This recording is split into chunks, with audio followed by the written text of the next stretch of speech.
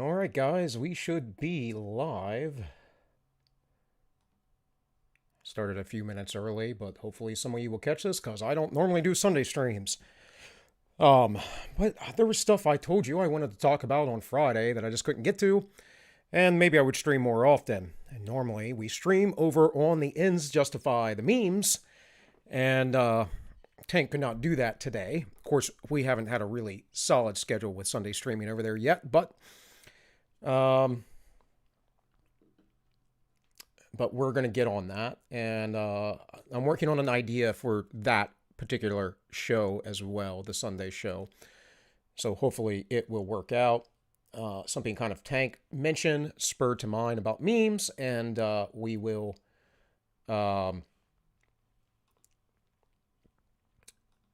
figure out a way, probably through our Discord, for you all to send in memes to us, and maybe whoever wins, I was thinking about maybe having a meme war. Whoever wins can then come in on the show for a little bit. And that way it's kind of fun, right? Entertaining. And that show, even though we get into serious subject matter, has always been, on my end, a show that I wanted to be less serious, a lot more comedic, but also be able to address the problems in the world today. So,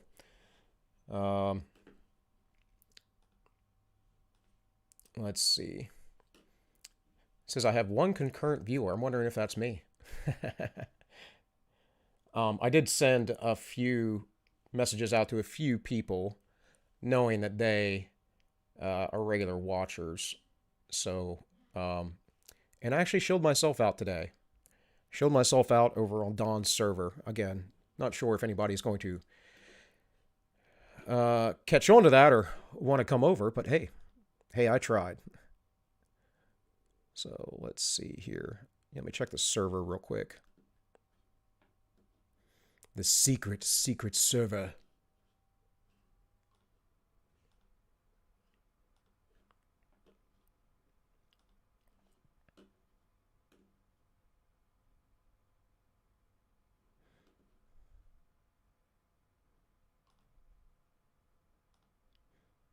Got some invites. Interesting. I don't know if I should be doing this in the middle of the stream. Anyways, I'll check another time. But yeah, threw that in the general chat in case anybody over there. I know some of you come from Don the Pleb show. Another a-hole. Nope. I don't know what the nope means. But thanks for commenting. The stream says it has excellent health, but it does not look great as far as what I'm seeing on the playback. So you guys let me know. Oh, hey, Holly. Yeah, no worries. I started a few minutes early. I mean, D-Live's playback looks good, and so does Entropy. Maybe it's just the YouTube studio that looks bad. You guys let me know if it's coming through weird on here in any way, shape, or form. Given that I have a few of you here now, I guess I'm going to get started into some of the topics I wanted to talk about, because I just don't have enough time to talk about everything, and I'm not always going to be talking about what's really in the mainstream.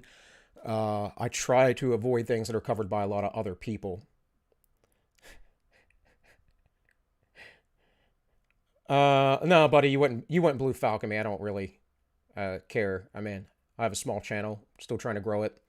We have plenty of regular viewers, but I don't normally stream on Sundays, on this channel at least. So, anyways, so today's going to be a chill, siesta time, right? Chill stream. But I'm going to talk about some news things, some interesting things that are part of the culture, and many of you may know already that I am originally from Maryland, so this caught my eye just the other day. I'm not very far from Maryland now either. I'm just over in West Virginia, but still. Maryland state song, which refers to Lincoln as tyrant, is repealed. Maryland state song, which refers to Abraham Lincoln as a tyrant, urges the state to join Virginia in seceding and refers to the Union as Northern scum has officially been repealed. What a shame. You know, us Southerners, we got a lot of Southern pride. Most people in the South don't consider Maryland the South, but you can find out real quick that Maryland is still Southern in certain parts. It's just that it's basically a suburb of the swamp today. I mean, hell, the area I live in is a suburb of the swamp over here in the great, by God, West Virginia. So Governor Larry Hogan, who's supposedly a Republican, more of a rhino in my opinion, but I don't follow Maryland politics too much, not anymore. But I'm going to show you some stuff about that, Maryland's history and its politics and where they came from. But he signed into a bill this week calling Maryland, my Maryland, a relic of the Confederacy. Well, Maryland was a neutral state, so I don't know why that would be. That's why most of the battles, or many of the battles, were fought around the area I grew up in, around Antietam. Obviously, Gettysburg's a little bit up the road, up in PA. Leesburg is down the road in Virginia. So this area was the fertile fields of the Civil War battlegrounds. Of course, there were battles all over the United States, especially in the South. But he calls it a relic of the Confederacy that is clearly outdated and out of touch, he said Tuesday. The signing this week came after 10 unsuccessful attempts to repeal it since 1974. That's pretty based. Hey, Dalhawk, thanks for showing up, buddy. Three of them in the last 3 years. In the wake of George Floyd's death, though, the effort to repeal the song gained new momentum and passed in the House of Delegates and the state Senate in March. Now, here's the thing. There's nothing in this song, I'm going to show you in a minute, that is racialized. It's about tyranny, it's about freedom, and it's about the war of northern aggression, as it is known here in the South. The song has written as a poem in 1861 by a Baltimore native with Confederate sympathies, James Ryder Randall. Again, though, Confederate sympathies does not necessarily mean that they wanted slavery, because many of the Confederates were not exactly pro-slavery, including many of the famous Southern generals. The song was written in 1861 by Baltimore native with Confederate sympathies, James Ryder Randall, who was living in Louisiana and was inspired by his outrage at Union soldiers who marched through Baltimore, causing riots in the streets. Played for decades as the unofficial state anthem, it was designated as the official song in 1939. Now, that is an important date because that's during the Progressive Era and, of course, right before the Second World War. And we know that during the Progressive Era that there was a lot of Confederate statues being put up. There was a lot of burying of history of that time. And the Democrats were coming back around into power, and they still had many of the sympathies of the old ways. Not like they don't today either. But they, of course, had all the Jim Crow laws and all those things that I'm not going to delve into right here. But you guys know this, right? It's just, it's basic stuff. The 9-verse song to the tune of Old Christmas Tree calls on Maryland to burst the tyrant's chains, a reference to President Lincoln, and leave the Union. Virginia should not call in vain Maryland, the song says. She meets her sister on the plain, sic semper, 'tis the proud refrain. At the end of the song is the fantasy of Maryland's secession. And it says, Huzzah, she spurs the northern scum. Yeah. The phrase sic semper tyrannis, which means that tyrants will get what they deserve, and actually literally means always to tyrants.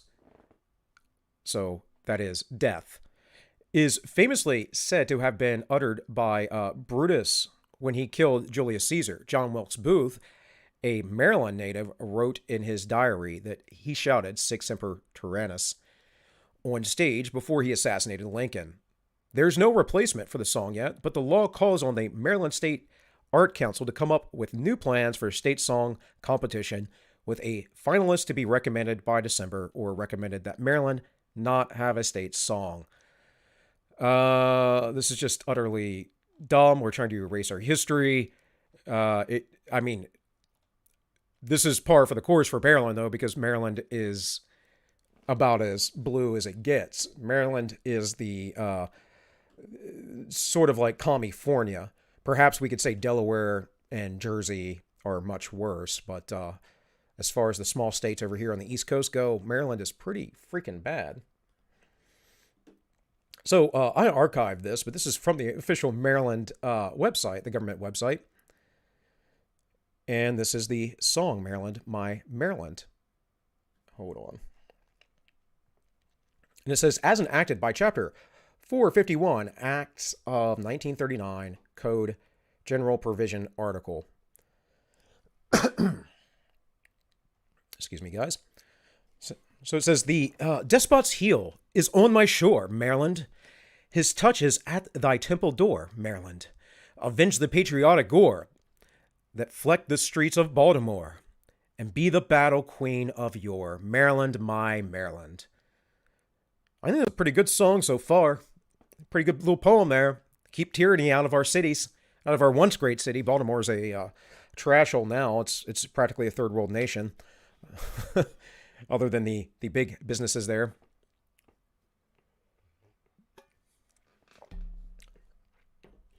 Hark, an exiled son appeal. Maryland, my mother state, to thee I kneel. Maryland, that's back when people, still identify with their state more than their nation. That is the federal government. For life and death, for woe and weal. They, peerless, chivalry reveal. And gird thy beauteous limb with steel, Maryland, my Maryland. Thou wilt not cower in the dust, Maryland. Thy beaming sword shall never rust, Maryland. Remember Carroll's sacred trust. Remember Howard's warlike thrust. And all thy slumbers with the just, Maryland, my Maryland. Well, Carroll and Howard we'll get into. There are Carroll counties and Howard counties, and that goes back to, who was given the land and how the state was formed and originally as a province and everything else. Come, 'tis the red dawn of the day, Maryland. Come with thy panoplied array, Maryland, with Ringgold's spirit for the fray, with Watson's blood on Monterey, with fearless Low and dashing May, Maryland, my Maryland. Come for thy shield is bright and strong, Maryland. Come for thy dalliance does thee wrong, Maryland. Come to thine own anointed throng, stalking with liberty along, and chant thy dauntless slogan song, Maryland, my Maryland. Dear mother, burst the tyrant's chains, Maryland, Virginia should not call in vain. Nova and Maryland, not most of Virginia, but Nova, that is Northern Virginia, up around D.C., they should probably just form their own state. Let the rest of Virginia, the southern portion, be its own state, and the mountainous portion toward the west on the border of West Virginia here should be part of West Virginia, in my opinion. I think there's a lot of redrawing lines that need to be done here. She meets her sister on the plain, sic semper, 'tis the proud refrain, and baffles miners back again, Maryland, arise in majesty again, Maryland, my Maryland. I see the blush upon thy cheek, Maryland, for thou wast ever bravely meek, Maryland. But lo, there surges forth a shriek, from hill to hill, from creek to creek, Potomac calls to Chesapeake, Maryland, my Maryland. Thou wilt not yield the vandal toll, Maryland, thou wilt not crook in his control, Maryland. Better the fire upon thee roll, better the blade, the shot, the bowl, the crucifixion of the soul, Maryland, my Maryland. I hear the distant thunder hum. Maryland, the old lines bulge, fife and drum, Maryland. She is not dead, nor deaf, nor dumb. Hausa, she spurns the northern scum. She breathe, she burns, she come, Maryland, my Maryland. Now, if you weren't aware, Maryland is the state that they demarcated what the South was, right, with the Mason-Dixon line. And I don't really see anything here that is bad. Talks about tyrants, doesn't say it by name specifically. Talks about standing up for their rights and being willing to battle, considering that, the state, all the states, had to battle for their rights. So I really just do not see the point of this. Okay, Holly says the stream looks crisp. Okay. Hey, Matt, it's been a while. Haven't seen you, buddy. I appreciate you stopping by. And Northern Virginia, where many members of Congress lives. Yes. Well, they live in Maryland, too, or directly in D.C. Nova's quite expensive. So my wife was living in Nova and Alexandria when I met her. Of course, she worked in downtown D.C. at the time. Her apartment, or not apartment, she lived in a house. She lived in the suburbs right outside of downtown, like literally like a block away. But the house she lived in was a little tiny house that was worth over $1 million. She had 4 roommates, a little tiny bedroom, a little tiny kitchen, and a little tiny living space. Now, one of the roommates kind of had the basement, and another one had like an attic. There was an attic portion to the house. But still, her rent was more than my mortgage. No, I don't live in a giant house or anything like that. It's actually rather small. It's not tiny, but yeah, it's just not a ton of space. But still, where I am at, I could pay and afford a whole house, for her only a room. And it is very expensive there. There's a ton of contractors there. If you go down certain paths, certain roads, after you get off of like the GW Parkway or whatever, you'll see these giant mansions all over the place. It is utterly corrupt in DC. Always building up its power by basically propping each other up with the plundering that they do. And then, of course, if you're a company, you're getting these government subsidies, monies, contracts, whatever you want to call them. You're going to stand up for that. You're going to be like, oh yeah, that's good. That's good for me and my business, regardless of what's good for America. The old line state. That's right. Oh yeah, Potomac, Maryland for sure, dude. I believe Arnold Schwarzenegger had a house in Potomac for a long time. Very, very expensive. So let's just look at a little history of Maryland. Sorry, I thought I had that pulled down. Just real briefly. So the recorded history of Maryland dates back to the beginning of the European exploration, starting with the Venetian John Cabot.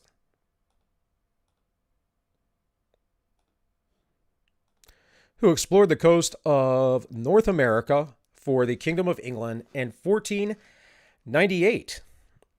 After European settlements had been made to the south and north, the colonial province of Maryland was granted by King Charles I to Sir George Calvert, his former Secretary of State, in 1632, for settlement beginning in March 1634. It was notable for having been established with religious freedom for Roman Catholics. This is important because there was a lot of fights back in the day, and so Lord Baltimore, George Calvert, I believe all of them, they were all of the early settlers of Maryland and owners, basically, of the land, governors, were all Catholic. And Maryland was particularly known to allow that because most states did not, because most of them were Protestant. Since Calvert had publicly converted to that faith, like other colonies and settlements of the Chesapeake Bay region, its economy was soon based on tobacco as a commodity crop highly prized amongst the English, cultivated primarily by African slave labor, although many young people came from Britain sent as indentured servants or criminal prisoners in the early years. In 1781, during the American Revolution, Maryland became the 7th state of the United States to ratify the Articles of Confederation and Perpetual Union. They were drawn up by a committee of Second Continental Congress, which began shortly after the adoption of the Declaration of Independence. Later that year, these articles were recommended to the newly independent sovereign state via their legislature for the required unanimous ratification. This long process was held up for 3 years by objections from smaller states led by Maryland until certain issues and principles over western lands beyond the Appalachian Mountains to the Mississippi River. These objections were resolved with the larger states agreeing to cede their various Western claims to the authority of the Congress of the Confederation, representing all the states to be held in common for the laying out and erection of new states out of the jointly held federal territories. Maryland then finally agreed to join the new American Confederation by being one of its last of the former colonies ratifying the long proposed articles in 1781 when they took effect. So basically they held out. They didn't fully hold out, right? But they did hold out for quite a while. After the Revolutionary War, numerous Maryland planters freed their slaves as the economy changed. Baltimore grew to become one of the largest cities on the eastern seaboard and a major economic force in the country. Not anymore. Although Maryland was still a slave state in 1860, by that time nearly half of the African American population was already free due to mostly to manumissions after the American Revolution. Baltimore had the highest number of free people or of color of any city in the United States. Maryland was among the 4 divided border states that officially remained in the Union during the American Civil War, although large numbers of Marylanders went south to fight this seceded Confederacy. So you see that. It remained a neutral state. As far as the slave thing in Baltimore, that's why Baltimore still has a 60% plus black population. Of course, we could get more in depth in the history. I don't really care to go that far into this, but just to give you a little background on the state was once a bit of an economic powerhouse. There was a reason why Maryland was selected for where it was at, as far as, D.C. was selected where it was at. In fact, it was supposed to be near my area, potentially up in Williamsport, Maryland, where the C&O Canal is. Of course, C&O Canal runs quite a while through the state, but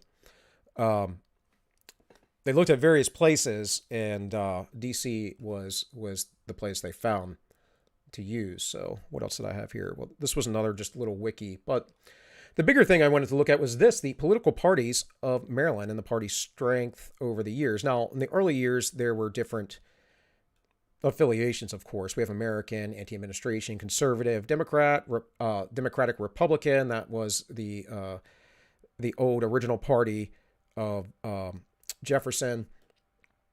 And then you have the Federalists, the Greens, the Independents, No Party, National Republic, National Union, Pro-Administration Republic, Whig, which was the other major party in the founding of the Americans. They were the conservatives of the time because, remember, guys, the revolutionaries were the left. Revolutionaries are always the left. So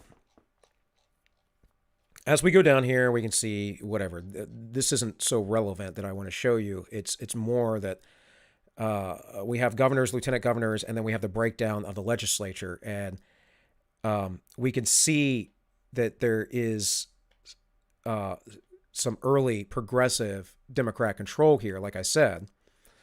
There's a little bit of a split, but then it really goes D, and you see this, right? That's 1906. Here in 1913, they get a Republican in, but again, the Democrats, as you can see here, maintain most of the majority of the numbers, and this is how the state has gone for the last 100 some odd years. And every now and again, you'll get a Republican in. But again, look at the difference here in the voting power within the legislature. Where do you think this brought this great state of Maryland? Now, here, Spiro Agnew, he was the last Republican governor for a very long time, until in my lifetime, not too long before I left the state. So that is 1967. And you can see how the delegates have changed even more in the legislature and how much more heavy they've turned Democrat. And this is during the Civil Rights era, right? Or right afterward. And finally, Paris Glendinning. Oh, I can't stand that dude. Anyways, finally, we have in 2004, Robert Ehrlich and Michael Steele. Now, you might know Michael Steele's name because he's a conservative activist, has been for a long time. But he was the lieutenant governor here, and I believe Steele ran for president, if I remember correctly. Was trying to. No, I still live in the state at this time. This is the first time that they had a Republican governor in forever. And Governor Ehrlich was not the worst. And one of the things that he was trying to do was allow gambling in the state and to bring in revenue. And we had this thing, though, going on where we have this very strong Democrat hold in the legislature. And they essentially said no and held it up until old Martin O'Malley came around. Martin O'Malley, who also ran for president, is an absolute idiot, destroyed Maryland's economy at the time. And this is about when I left the state. They got it passed, but that was a thing where they couldn't let the Republican governor get a win. So I believe it was under O'Malley that they allowed the gambling into Maryland.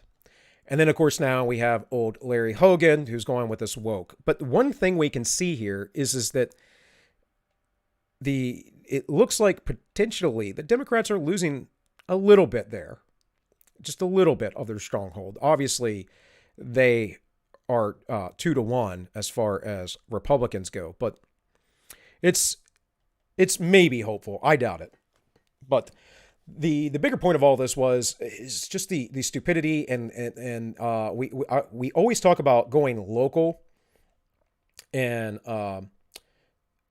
basically working within the states and whatever else, but it doesn't really matter if this is what your state legislature looks like over here. It doesn't matter. You're not going to be able to affect any change, which is why then you have to look at your county or your local community. And then the other thing is just how ridiculous this is. Like, why change this? Because of George Floyd? I mean, they're going to change something that's been in the place for nearly 100 years because some dude in another state was high on fentanyl and the police, held him down and he died. I mean, that's basically how I see it. But, regardless, it is not the I guess the worst thing that they could do. There are other states that are doing far worse things. I don't think that Maryland's really defunding the police. Now, I don't know about Baltimore, but we'll see. But more importantly, this is where we need to be going, right? This is what I was saying earlier, that some of these areas need to be split off. We need to redraw our lines, our states. Let's have 100 states. Let's screw this idea of 50. Let's split everything up. Seriously, let's get some more representation. Let's, I know this will never happen. It's pipe dream, but it'll happen if we balkanize. Don't get me wrong. But let's not have these big, long drawn out states that are basically controlled by these big leftist cities, because that's what we see is going on. Or in Maryland, pretty much it's controlled by the swamp in D.C. Is that those people, a lot of them commute from Maryland. A lot of people in my area commute to D.C. And, let's not let those cities be so influential. And one of the ways that we can do that is perhaps redrawing our state lines. So this was from OregonLive.com. The more Oregon counties vote to consider joining Idaho, part of rural effort to gain political refuge from blue states. Now, this is ridiculous. This is ridiculous in that, I don't know, Idaho's border is like here or something, I think. This is a really strange, odd-looking state, in my opinion. These are vastly large states. Why don't we break these up into like 3 separate states or something? I don't know what the population is of these areas, but I don't think Greater Idaho is going to be a real thing. Although I do believe that parts of California, Oregon, and Washington need to break away from their states in order to bring balance to their communities. Let's see what we got going on in the chat here. 2-1 Democrats. Yeah, a major liberal hub. Absolutely, dude. You said O'Malley buddied up with Obama to get, yeah, stimulus money, and all those local politicians gave themselves raises, threw money at, yeah. Yeah, and that was the period of time, too, that I, of course, I was working for the county government under the sheriff's department, but we were supposed to have a pay raise, and I didn't get one for 5 years. This was a guaranteed thing, and the county was like, well, everyone else, even though we have a surplus in our budget, everyone else is cutting spending, so we're going to cut spending too by not basically giving you your annual pay raises. So that was nice. It was very nice of them. Oh, Canada changed its national anthem, Holly? I did not know this. Replacing all the sun's command with everyone's command. Oh, was sons was that too gender specific?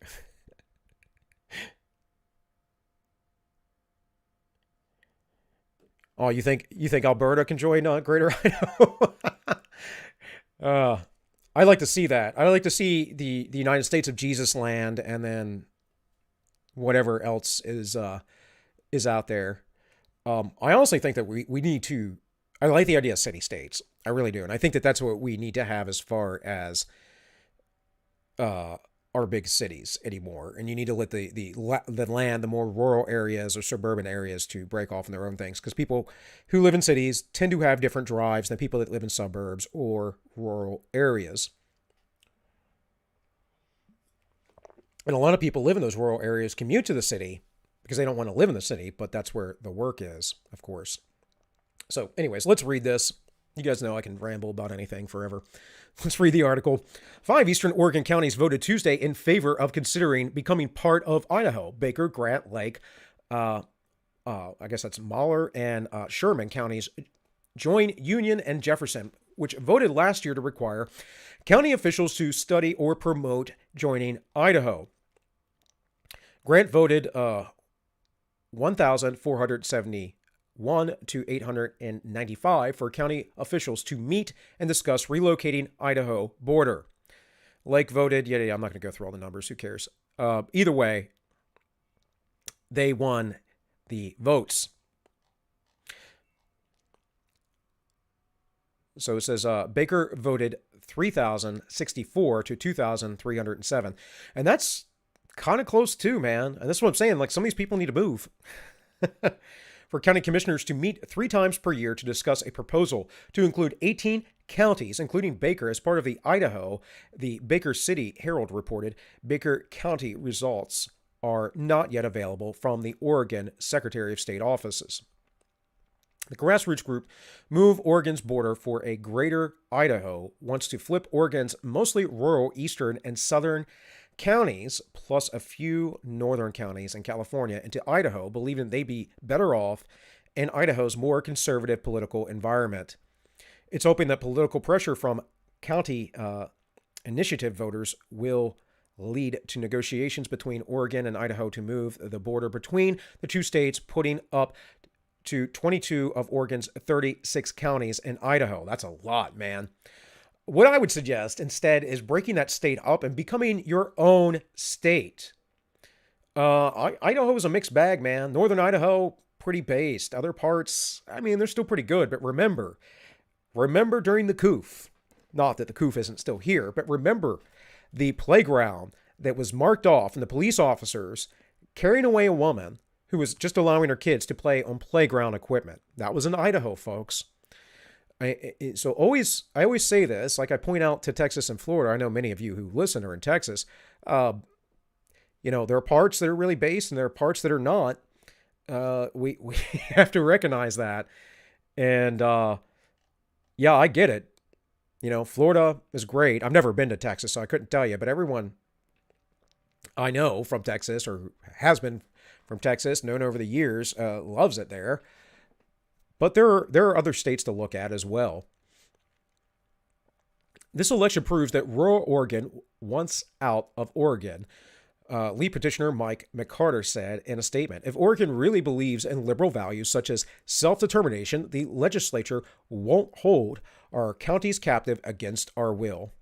Well, they don't believe in self-determination because they're a bunch of lefty scumbags, are they not? So good luck with that, buddy. You're going to need to get your senators and congressmen involved in this and you're probably going to have to fight for it. But this is, again, a sign of balkanization.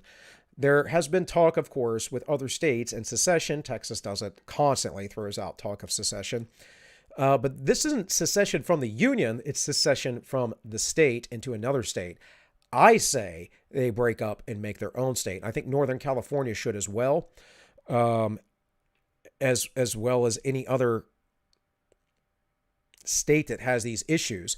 I think that the western part of Maryland that I grew up in, on the western side, well, in the Cumberland Valley, I should say, because you have the Appalachian Mountains, and there's a big valley, and then you have more Appalachians. But within the valley, and anything west of there, going toward Ohio and West Virginia, perhaps that part of Maryland should join West Virginia as well. Southern Maryland, I lived in for a period because I was stationed in a Marine base there, in a security force unit doing counter-terrorist stuff. In any case, I lived there for a while. It was very different, super ultra rural, and I could see it easily being a part of Virginia. The Eastern Shore is very similar, even though it shares a border with Delaware. So for the most part, it's the central interior of Maryland. And there's an interesting thing in Maryland where they make you go through and do vehicle inspections, emission inspections once a year. It's like $12, maybe it's $20 now, who knows. It's not much. It doesn't really make the state any money, but they make everyone go through it for, reasons, because, my climate change, my global warming. And as they did this, they exempted all of the urban counties and areas from doing it because those people didn't want it. They're the ones that have all the political power, by the way. It's like Montgomery, PG, Baltimore County, stuff like that. They have the power and authority because Maryland, generally speaking, is very rural. And everyone in the rural counties have to get this inspection. Now, I don't know if this has changed, but a lot of the people who live in Baltimore or those other counties, they didn't. It was things like that that they constantly push. I remember speeding cameras was a big issue some years back when I still lived in the state. And there was a similar thing with that. So, interesting. Yeah, Cumberland is really nice, Dahari, but it's also kind of like dilapidated coal mining area. Years ago, when I first split from my first wife, I dated a girl who lived up there, and really sweet girl. It's probably actually one of my best girlfriends. Dumb as a rock, though. Just could not have conversations with her. And I mean, I've maintained a friendship with her over the years, so it's just one of those things. Just like, man, I need someone smarter. You're very lovely, you're very sweet, but I just can't do this thing. I need someone with a little bit of a brain that I can talk to on occasion, But yeah. I mean, it's a nice area. It would be a good area. Cumberland County and Garrett County, Cumberland area. What is that? That's not the county Cumberland? I don't remember. But Garrett County, the first county out that borders West Virginia, that little thin part of West Virginia before it goes into Ohio.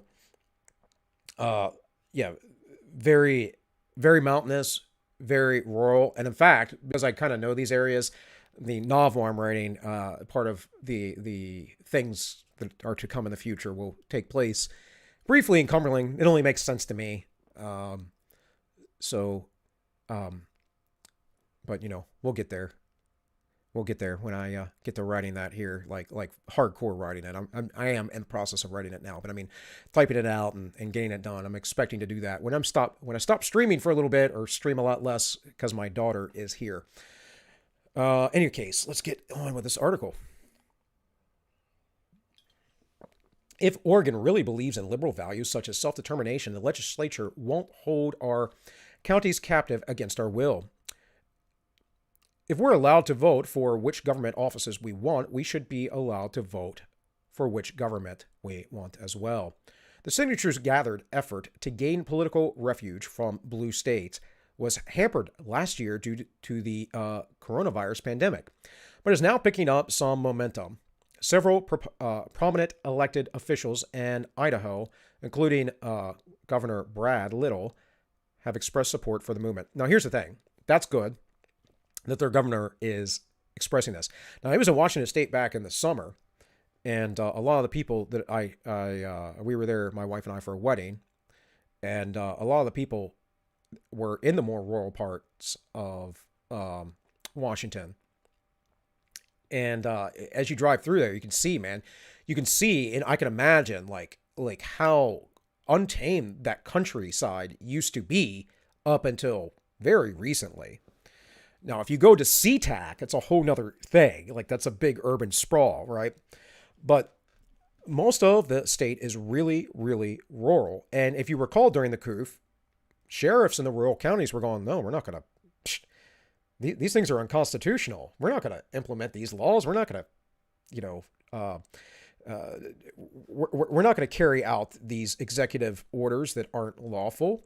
So as they did that, they made statements and people cheered for them, and it was great. So I would hope, again, that you guys realize that is really what everything comes down to, is your local area and your sheriffs, at least right now in our current system, because they're the ultimate arbiters of things. And the other day I played a video, which is old, but I played a video of this ATF agent that got tased, right? And I was talking about how he should have been with as a federal police officer, he should have been with local municipalities, that is how you do those things. And then that evening, I saw a video of a guy that got checked out by the feds, Homeland Security, because he bought a bunch of filters and looked at some silencers, which again is nonsense because it means he got flagged. He had no due process. Why do they even know what he's looking at on the internet? But when that happened, guess who he came with? State police officer in uniform, right? Because your local jurisdiction are what allow the feds to operate. And in most cases, like at the sheriff's department I used to work for in Washington County, Maryland, there are task force with DEA agents and the sheriff's department and the city police.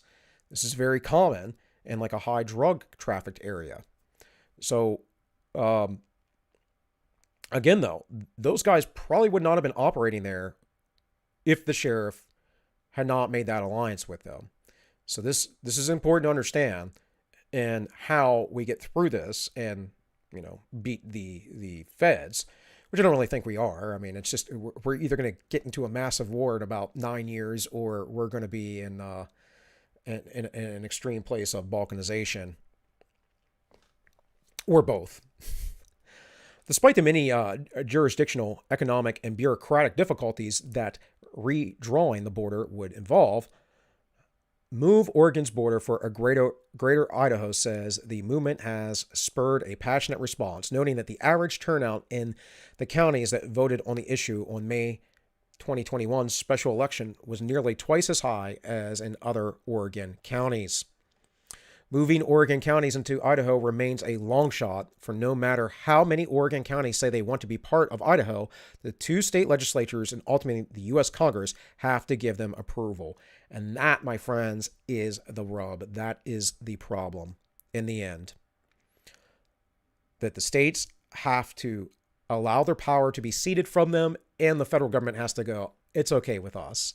Now, if you think that the Democrats, who here at midterms, they might lose some authority, they might lose some power. It's possible. It's typically how it goes. A president comes in, and at midterms, the power kind of switches. But if you think that the Democrats are going to cede power to people who are more conservative, you're absolutely bonkers. They will never let this happen, because they know if it does happen, that Idaho will get more congressional seats. And it will take a few away from the other states. But why? Here's an idea. Why don't they just make like Greater Idaho, instead of being Idaho, again, make their own state, and then allow those other states to function or join themselves? Why can't California and the coast of Oregon and Washington, which all seem to have very similar politics, be united. I don't know. Just throwing out stuff there, guys. Let me look at the chat here real quick.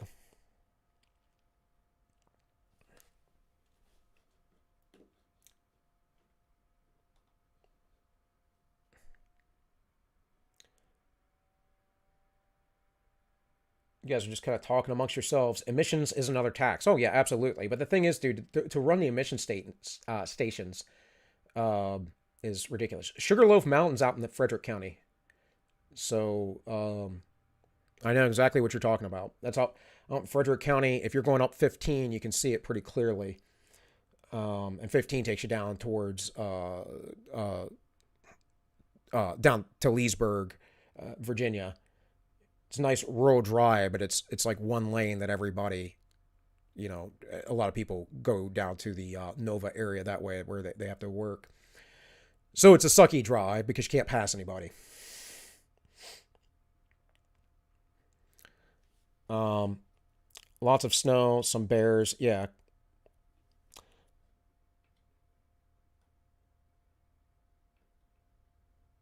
Yeah. Misdriving through the mountains of Washington. Yeah, man. So we went out. I won't say the area because I don't want the world to know about it.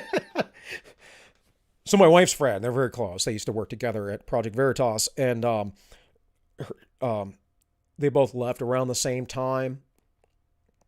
But my wife's friend was getting married. She found this little town that's like supposed to look like this little New England town on the coast of Washington, and it was amazing. It was just like this. It's a bunch of like rental or Airbnb type homes, although you can live in that community, but it's meant to be like summer homes or vacationing homes that you can rent out throughout the year. And they cover everything. They take care of all they furnish it for you. They do all the landscaping and exteriors. It's pretty amazing for an investment property. And this great little vacation retreat. Went down, to the beaches, this and that. Well, wedding was over. We were there for a couple days, hanging out before the wedding. It was a kind of big party for a few days, and we went up to the rainforest out there on the what is that? I can't remember the name of the peninsula off the top of my head. But we went up there, went to this lake and chilled out. It was really nice, very different than the coast, which was breezy and a little chilly, even though we were there in late June. I think it was June, if I'm not mistaken. Maybe it was July. Maybe it was late July. And the rainforest was like super humid, of course, and very, very different atmosphere. But in order to get back towards SeaTac, my wife and I were like, we wanted to go get sushi. So in order to get to the sushi place we were looking for that was near SeaTac, we drove up through the mountains, and I had this crappy rental car that had absolutely no power to it whatsoever. It was absurd, guys. I'm going up this mountain where like the speed limit's 45 or whatever. There's a lot of turns and all, and I'm trying to make these climbs at about 20 miles per hour because the car was crapping out on me, and everyone's passing me and honking. It's just ridiculous, but it worked out. We got there.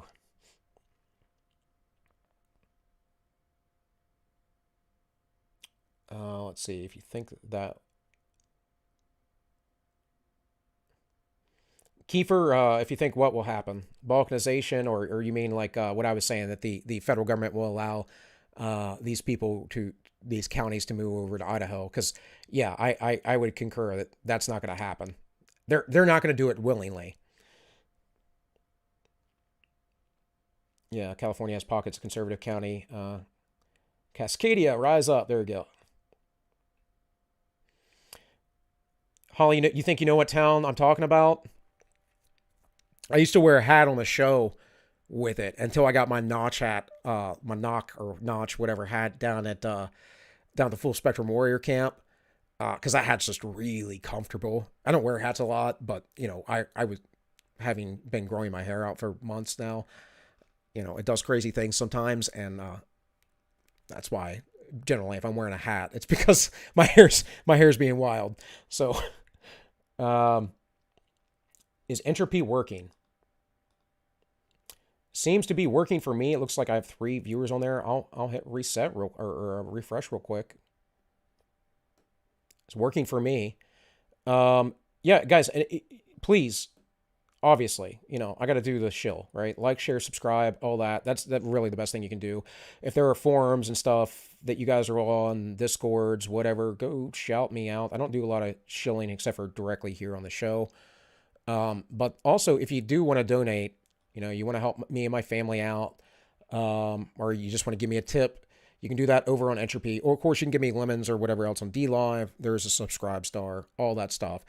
I'm going to do this regardless. I don't really think I'm going to ever make some sort of primary income stream of YouTube or streaming in general, especially as political persecutions go on over the years. But it is appreciated if you guys can do those things. It will help out, and it will provide diaper money for us because we're about to have a little one.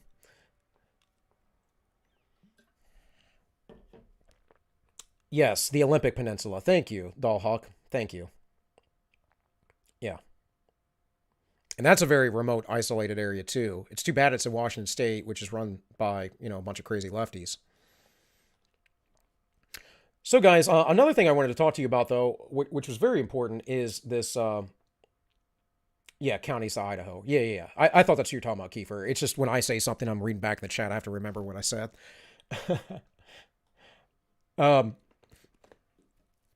I don't know if you guys know the Professor Dutton of the Jolly Heretic. I know Rebecca of Blonde in the Belly of the Beast had him on a few weeks back on her channel. I don't always agree with the guy or things he has to say, but this was an interesting video I found that he put out the other day, and I wanted to talk about some of the stuff that he's talking about because there's a lot of truth in what he says, and it's also something that a lot of conservative folks are focused on. And there might be a little bit of a clear pill in here. Might be. So you guys let me know if the volume on this is not loud enough for you. By the way, it generally is. Actually, I'm going to turn it down just a little bit. It normally is louder for you all than my own voice when I watch the playbacks. So. Do they know it's Christmas time at all? Please, don't go to the pub. Give us your money now. We need your money now. People are dying now. Hello, and welcome to this edition of the Jolly Heretic. Now, today I would like to talk about the coming population crisis. For rest assured, there is going to be a population crisis, and the result of that is going to be, as far as we can work out, mass death. Is going to be a population collapse of around 90%, which is going to make the late Bronze Age collapse in 1200 BC, and certainly the collapse due to the Justinian plague in the 500s, in which about 60% of the European population died, looked like a picnic. Now, why is there going to be a population collapse? Well, the reason is perfectly simple. We are subject to what is called the Malthusian Cycle. The idea is you have a certain amount of land, that land can sustain a certain number of people. The population is at a certain low level, it grows and grows, particularly during warm conditions in which it is possible to feed a relatively large number of people, and then eventually the population is too high. It's too high for the amount of land that there is. And then nature chucks in a plague or an outbreak of disease or an epidemic, and people, weakened by starvation, succumb to this epidemic, and there is a population collapse back down to sustainable levels. Then the process simply occurs all over again. Now, this is what happened in medieval Europe, where there had been a massive population spike due to a large warm period known as the medieval warm period. This meant that selection pressure was weak. All right, you guys are saying the sound is too soft. It is maxed out on my OBS. It is maxed out on here. The only other thing I can do is turn up the volume on my computer, and maybe some of it will pull through my mic. I mean, I have this up pretty high. It is pretty soft. We're playing Heaven on Earth. I watch that. If I watch any of the show back, or if I step away and I'm watching it play live, it is very loud compared to me. So apologies, guys. It's the best I can do until I get better at tech stuff. Oh, okay. Matt's saying it's better. Good. Weakened, and people who were genetically not that well adapted to disease or whatever were able to survive, were able to cope, and there was more than enough food. The population became very, very high. Then the Black Death hit in when it got colder, and weakened by disease and weakened by starvation, people succumbed to the Black Death, and there was a population collapse of as much as 50%. That is the system that has always worked. That is how nature has regulated human populations. The Industrial Revolution broke with this because the Industrial Revolution permitted a system where production and innovation and technology outpaced the growth of the population. Now, this is important, and he's going to get into this, but what the Industrial Revolution really did, as well as our modern societies, modernism, if you would, right, is allow those genetically weak, deficient, and basically people that have bad ideas to continue to breed. They weren't able to die off. Now, we could say that there is compassion in helping these people out, but I bring up the point often. Even when the coup first came around, like, not to be insensitive or anything, but one of the first things I thought was, well, a culling of the herd wouldn't be the worst thing. There are a lot of people that are basically older. And again, I don't want grandma to die, guys. That's not what I'm saying. There's a lot of people that are older that really don't live any sort of life at all. And they're practically vegetables, but they're still alive because of our modern healthcare system. Or you have those folks who are really obese that are really old. Like, I was shopping one time. I came out of the grocery store, and right beside me, this woman was trying to get in her car. She was like on this walker thing, and she must have been 5'2" and like 400 pounds or more. And she was obviously in her 60s or older. And her husband was this tall, skinny dude, and he was old and frail. And she fell, and I tried to help them out because she couldn't pick herself up. To me, that's really gross and pathetic. I don't know how you let yourself become that, but people do, and we prop it up. And by the way, if we didn't have the luxury and the wealth that we have in our society, no one would be able to get that obese. Now, granted, obesity is largely a measure or a matter of eating the wrong types of foods, mostly sugar, which create the cascade of insulin and fat storage and whatever else that I'm not going to go into right here. But that is the key trigger, primary motivation of fat storage. It is not calories in, calories out, guys. That's absolutely absurd. Your body does not work that simply. It works on hormones and hormone signaling. And insulin is that master hormone that tells your body to store fat at a certain point because you have too much sugar in your body. And eventually you get insulin resistant, blah, blah, blah, blah, blah. Go look at Gary Taub's stuff, his lectures or his books on this. He's documented with the Pima Indians and how the children were starving, but the women were grossly obese because those people at the time had lived as hunter-gatherers. So the sugar that they were being given from the federal government, mostly flour, just white flour, was making them extremely obese while their children were malnourished. And also, folks, realize this, that most people who are obese are actually malnourished. Just because you have an excess of calories doesn't mean you have an excess of nutrients. That is micronutrients, your vitamins, your minerals, all of those things. So just some ideas there. I'm going to keep playing this. So we've been under selection pressure, as I have discussed before on the Jolly Heretic, for various things. Intelligence, because we know that the richer 50% of the population had double the surviving fertility of the poorer 50% of the population up until the Industrial Revolution, because of the correlation between wealth and intelligence. So we were under selection for that. We were under selection for being group-oriented. We know that's the case because being group-oriented is correlated with being religious in the traditional sense, and we know that we were under selection for that, and that's about as much as 0.7 heritable. It's associated, even now, with fertility. It's associated with low genetic physical illness and low genetic mental illness. I want you to know, this guy's a professor. He's a smart guy, right? He's an academic. he just said point 0.7 heritability. You need to understand these things because the left wants to keep telling you that everyone's a blank slate. Now, I know most of you don't believe that, but you need to understand that nature versus nurture, nature is the ruler of that. Nurture, you have to be a tyrant to change someone's personality. And that's what we see. That is literally what we see. You have to be very exclusionary of belief systems, of philosophies, of ideologies, if you are going to really change society. And we've done that. We absolutely have done that. And we find, of course, in studies that the more egalitarian a society is, the more free, the more freedom of movement or whatever, the more we go toward our natural proclivities. And that should really tell you something. That should tell you that men and women are more masculine and feminine, and the freer the society is, and they are more confused in their sexuality and their roles and their gender when society is tyrannical.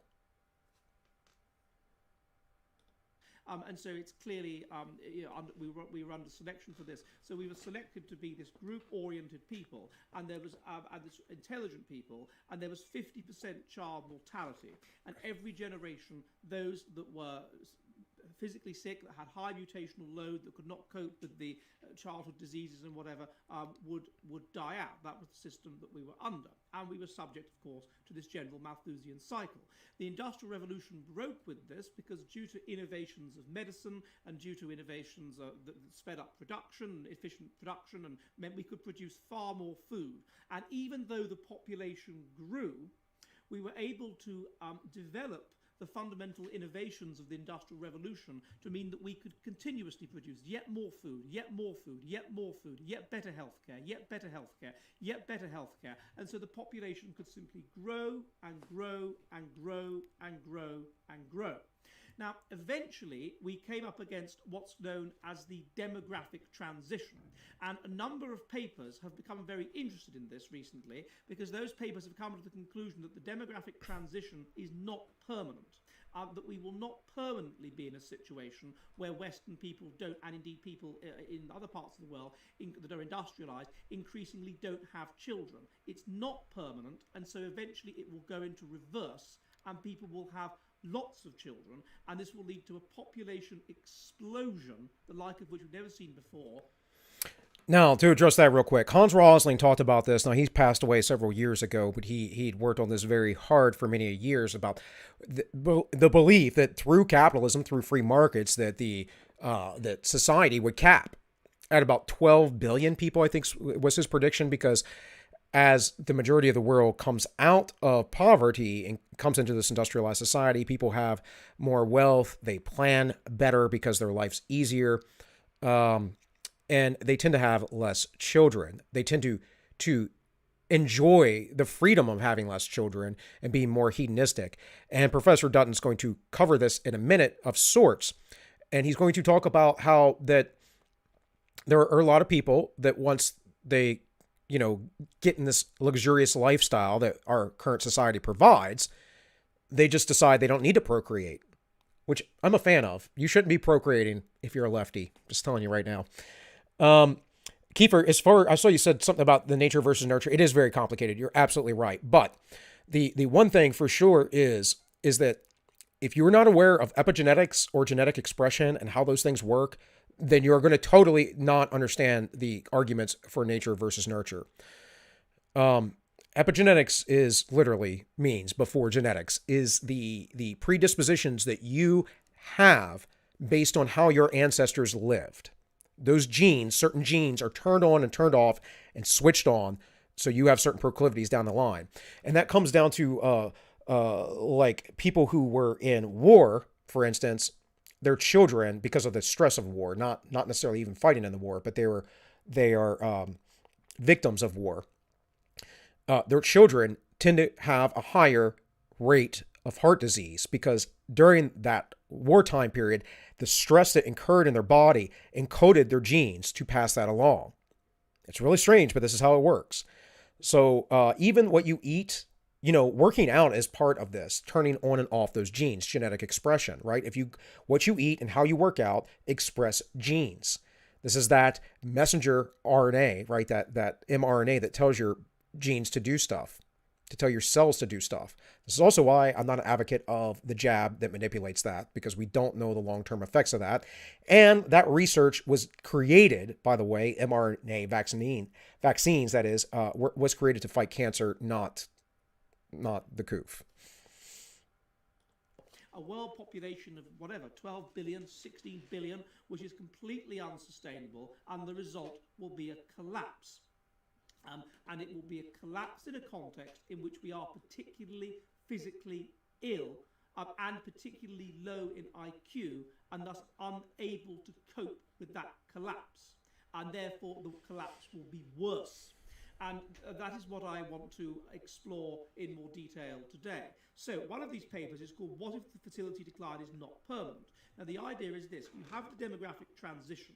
So under pre-industrial conditions, you have a high number of births, people have lots and lots of children, but you have high child mortality, about 50%. So lots and lots of those children die. And you have the general cycle of the Malthusian cycle, and so every so often when the population gets too big, its numbers are cut by 40% or 50%. Now the Industrial Revolution breaks with this. It means that production outpaces the growth of the population, and eventually people will have 6 children, let's say, under the assumption that half of them are going to die, and because they've been inoculated, and because there's enough food, and because there's no famine anymore, and because there's better healthcare, none of them do. They all reach adulthood and themselves have children, and so this leads to a massive population spike. And this always happens when society's industrialized. You get this huge rise in population.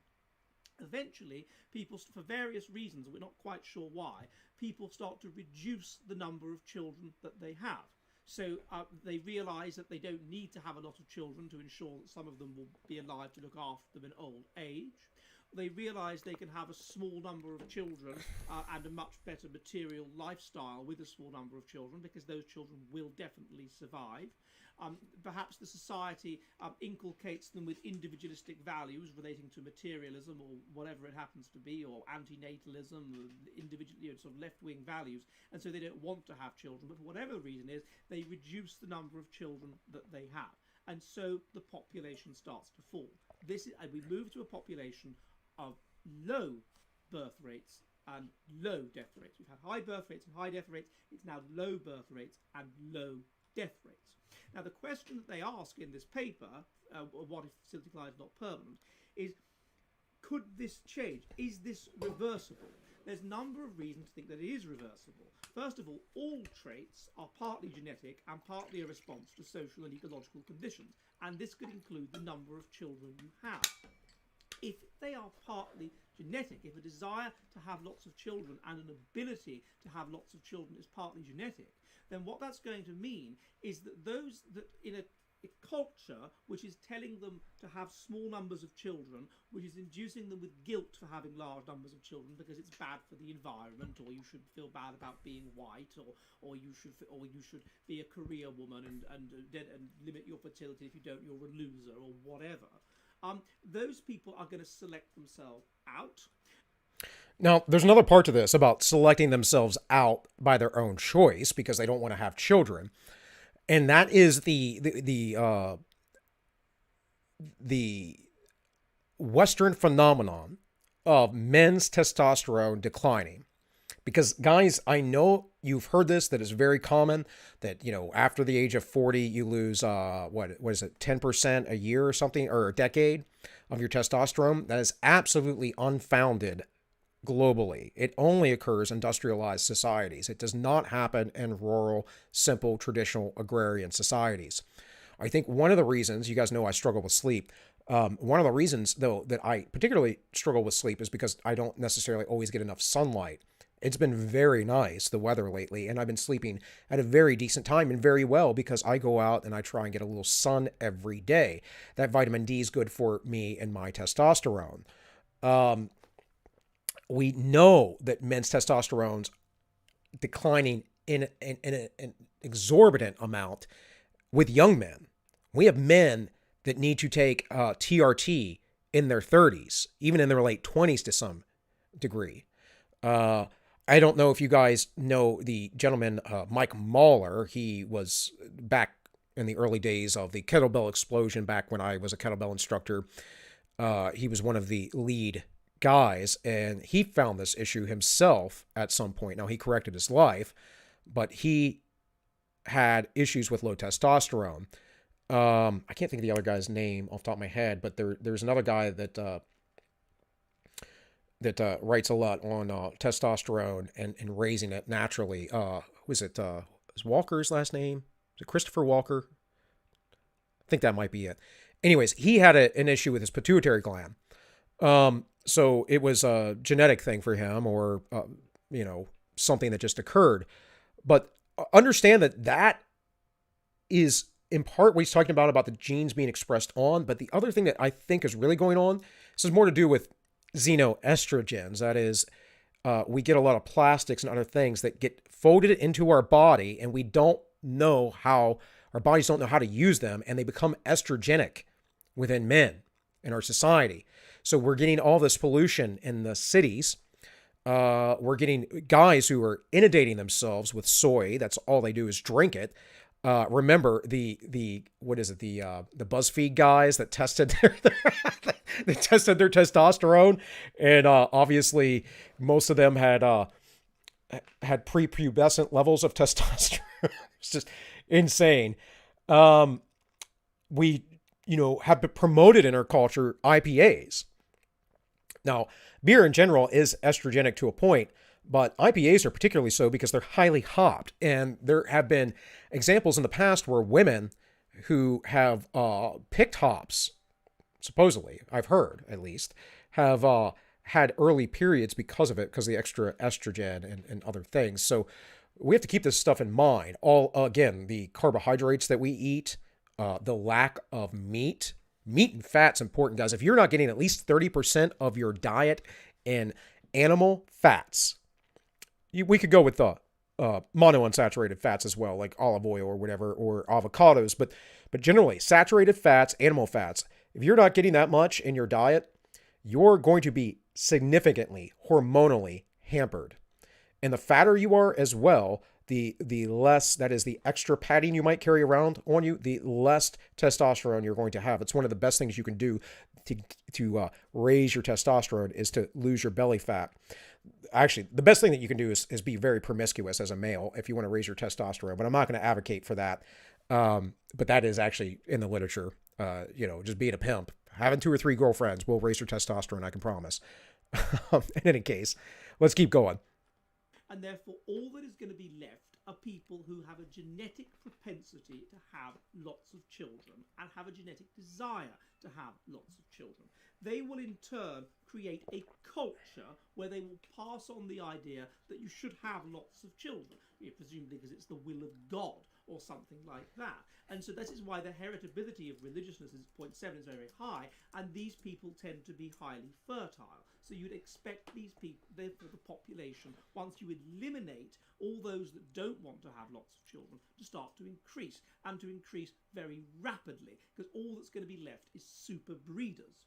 The second issue which they highlight is, well, we know the population doesn't stabilize, it goes to below replacement level.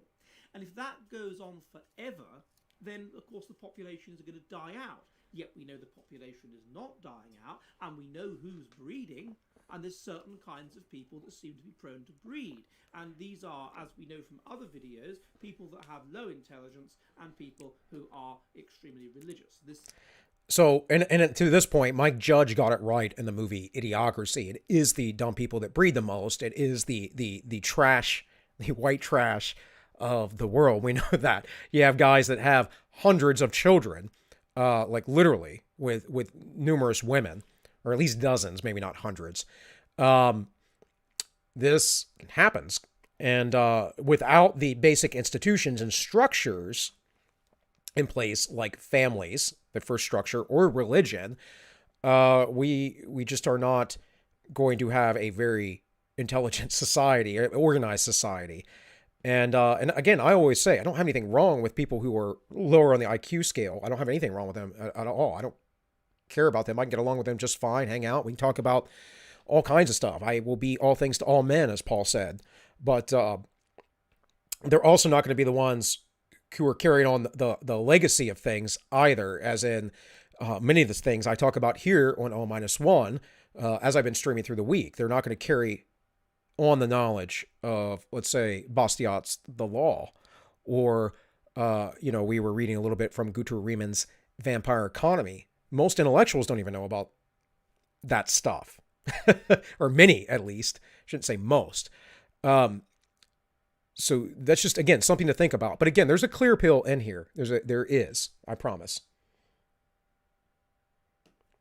Yeah, it is a good movie, Matt. Guys, I'll catch up on the chat here when this is done.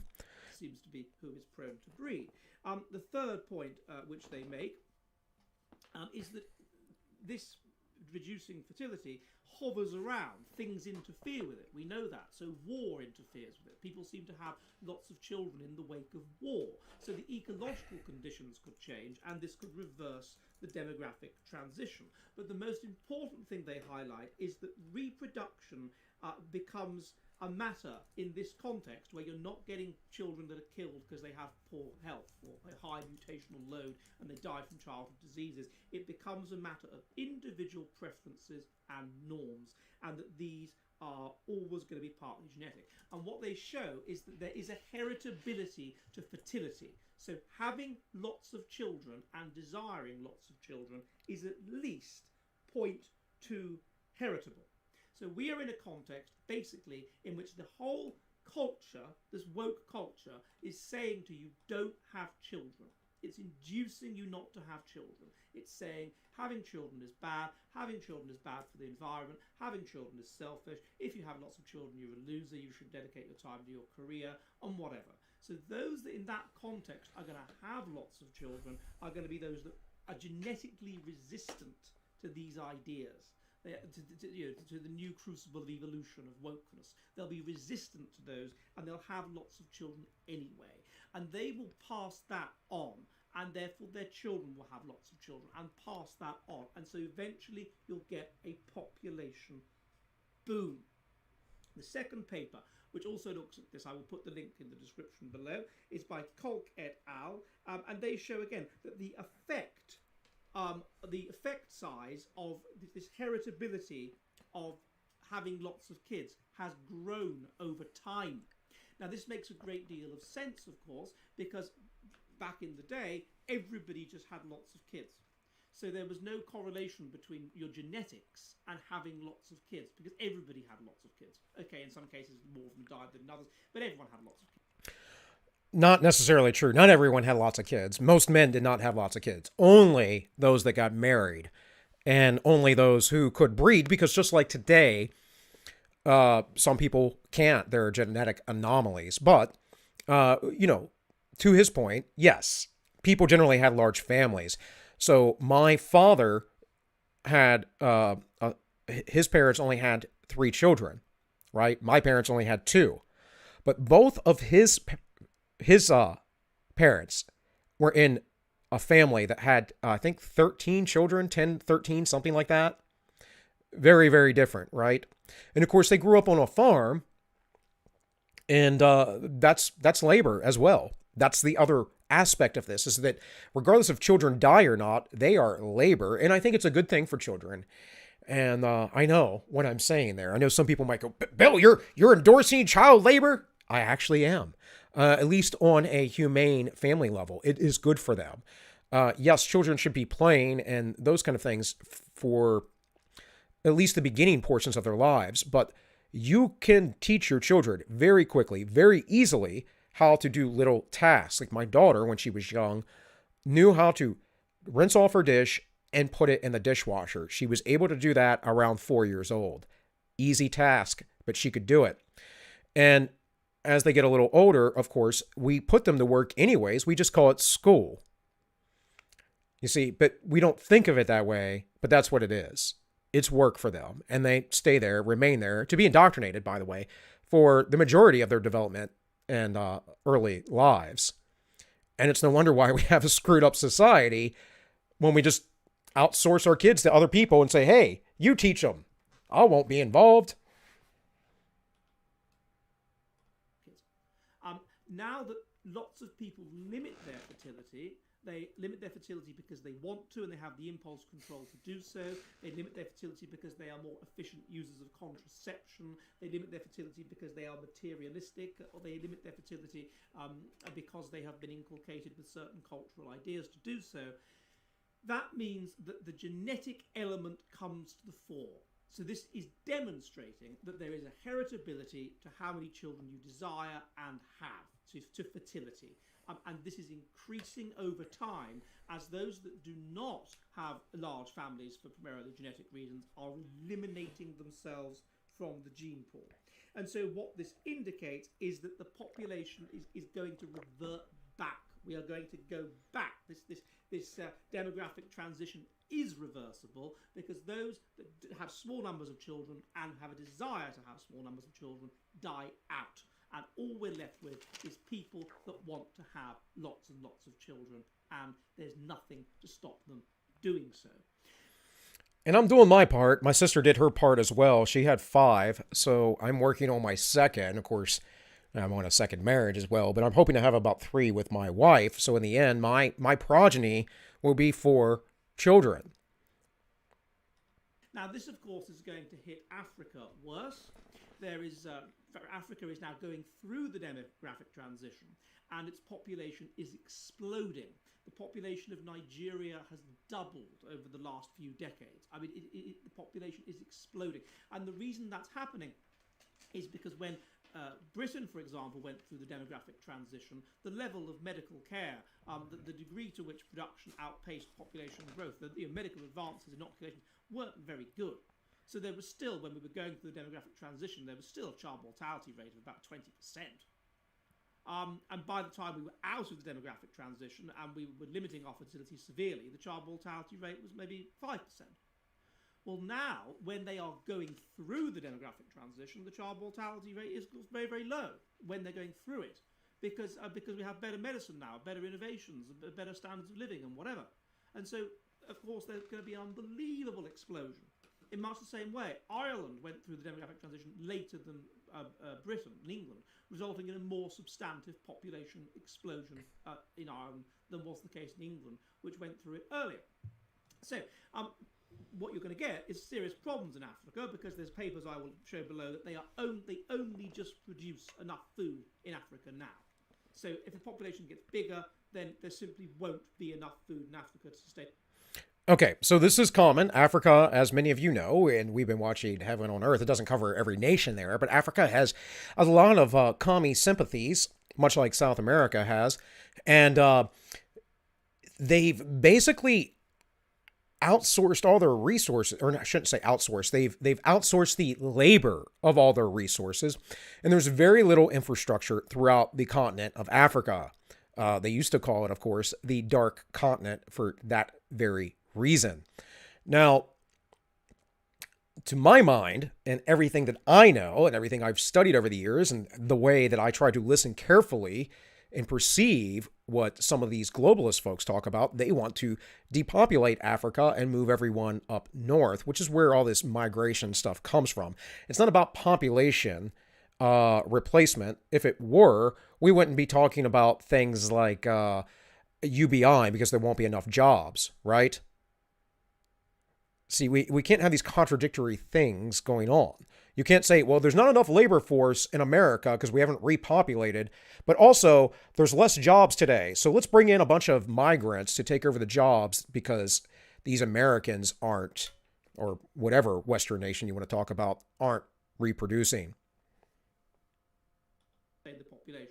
Because of the lack of infrastructure in Africa, it is more difficult and expensive to produce fertilizer. It is more difficult to grow things. It is more difficult to move things around. It's more difficult to pursue agriculture. It's more difficult to exploit the land. And so what this means is that Africa is at about the food capacity it could expect to be at now. And if the population continues growing, then Africa is going to be subject to severe famine and thus a population collapse. And for those of you who don't know, Africa has, as far as the entire continent, has about 1 billion people on it. But it is a vast continent. I mean, it's quite large. Most of the people that live in Africa live in very specific regions. Of course, some of the most populated regions being the northern portion of Africa around the Mediterranean and the northwestern parts of Africa. But it gets worse than that, because think about what's going to happen if all of these people that have a low desire to have children, or who have a desire to have small number of children, are out.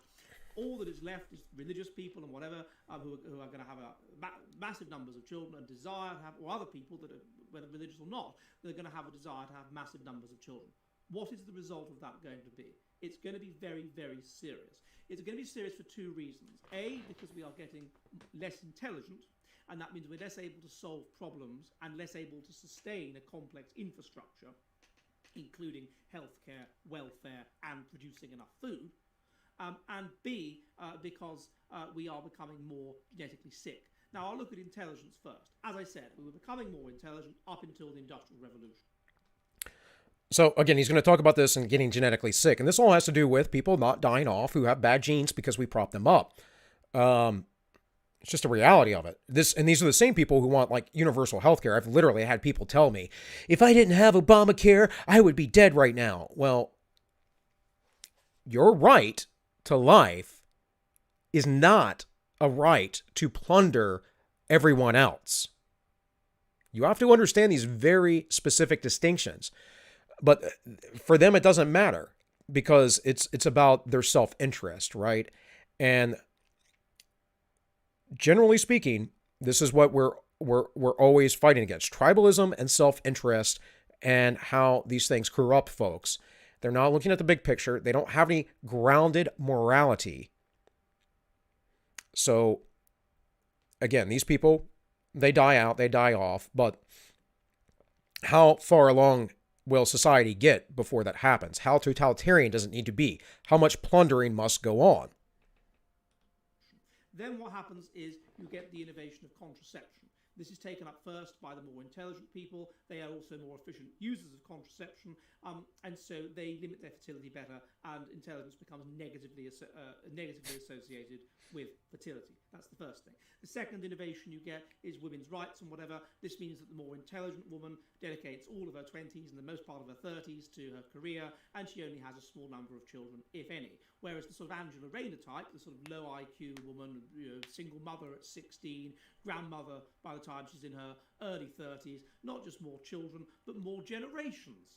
And so that's the next thing. The third thing is welfare. The rise of welfare means that people on welfare are rewarded per child that they have, and they can spend that money, of course, on whatever they like. And subsidizing turds, as I like to call it.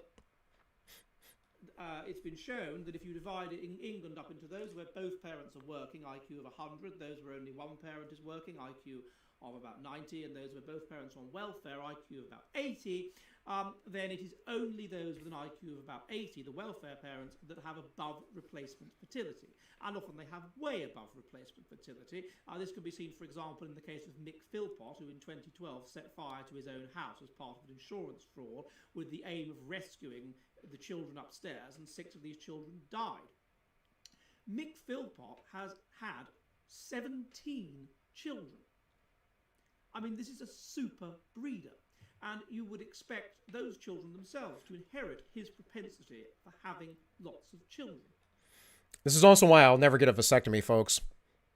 Because if my wife ever passes, or anything like that, Lord willing, that doesn't happen. But, we all die eventually. But if that ever happens, I want to be able to have kids when I'm 80 with, a young 30-something. And so what we would predict is that the percentage of the population that is of low IQ is going to go up. 80, let's say 85 is the cutoff point for basically being unemployable, for being unable to do anything in a complex society. We estimate that the IQ of Britain will be 85, so basically unable to work, by the end of the century. So 50%, possibly more, of the population will be unable to engage in useful work. They will be on benefits. They will be reliant on a society that has a massive amount of resources, that has a huge amount of resources, that produces all this stuff, all this extra stuff really efficiently, that basically produces way too huge surplus essentially of food and resources, so that it can feed the population. So that's the first thing. We will be much less intelligent than we are now. So we managed to solve this corona crisis now and come up with a vaccine. If we had an average IQ of 85, we wouldn't be able to do that. And he's right about that, although I don't agree with his framing there. But he's absolutely right about that. People with low IQs cannot do much. They cannot help themselves. They typically don't have motivation or drives like more intelligent folks. It's just what it is, guys. And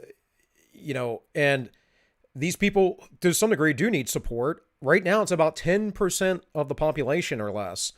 But you'll find the same people, they work in your kitchens, they're your busboys, they're janitors.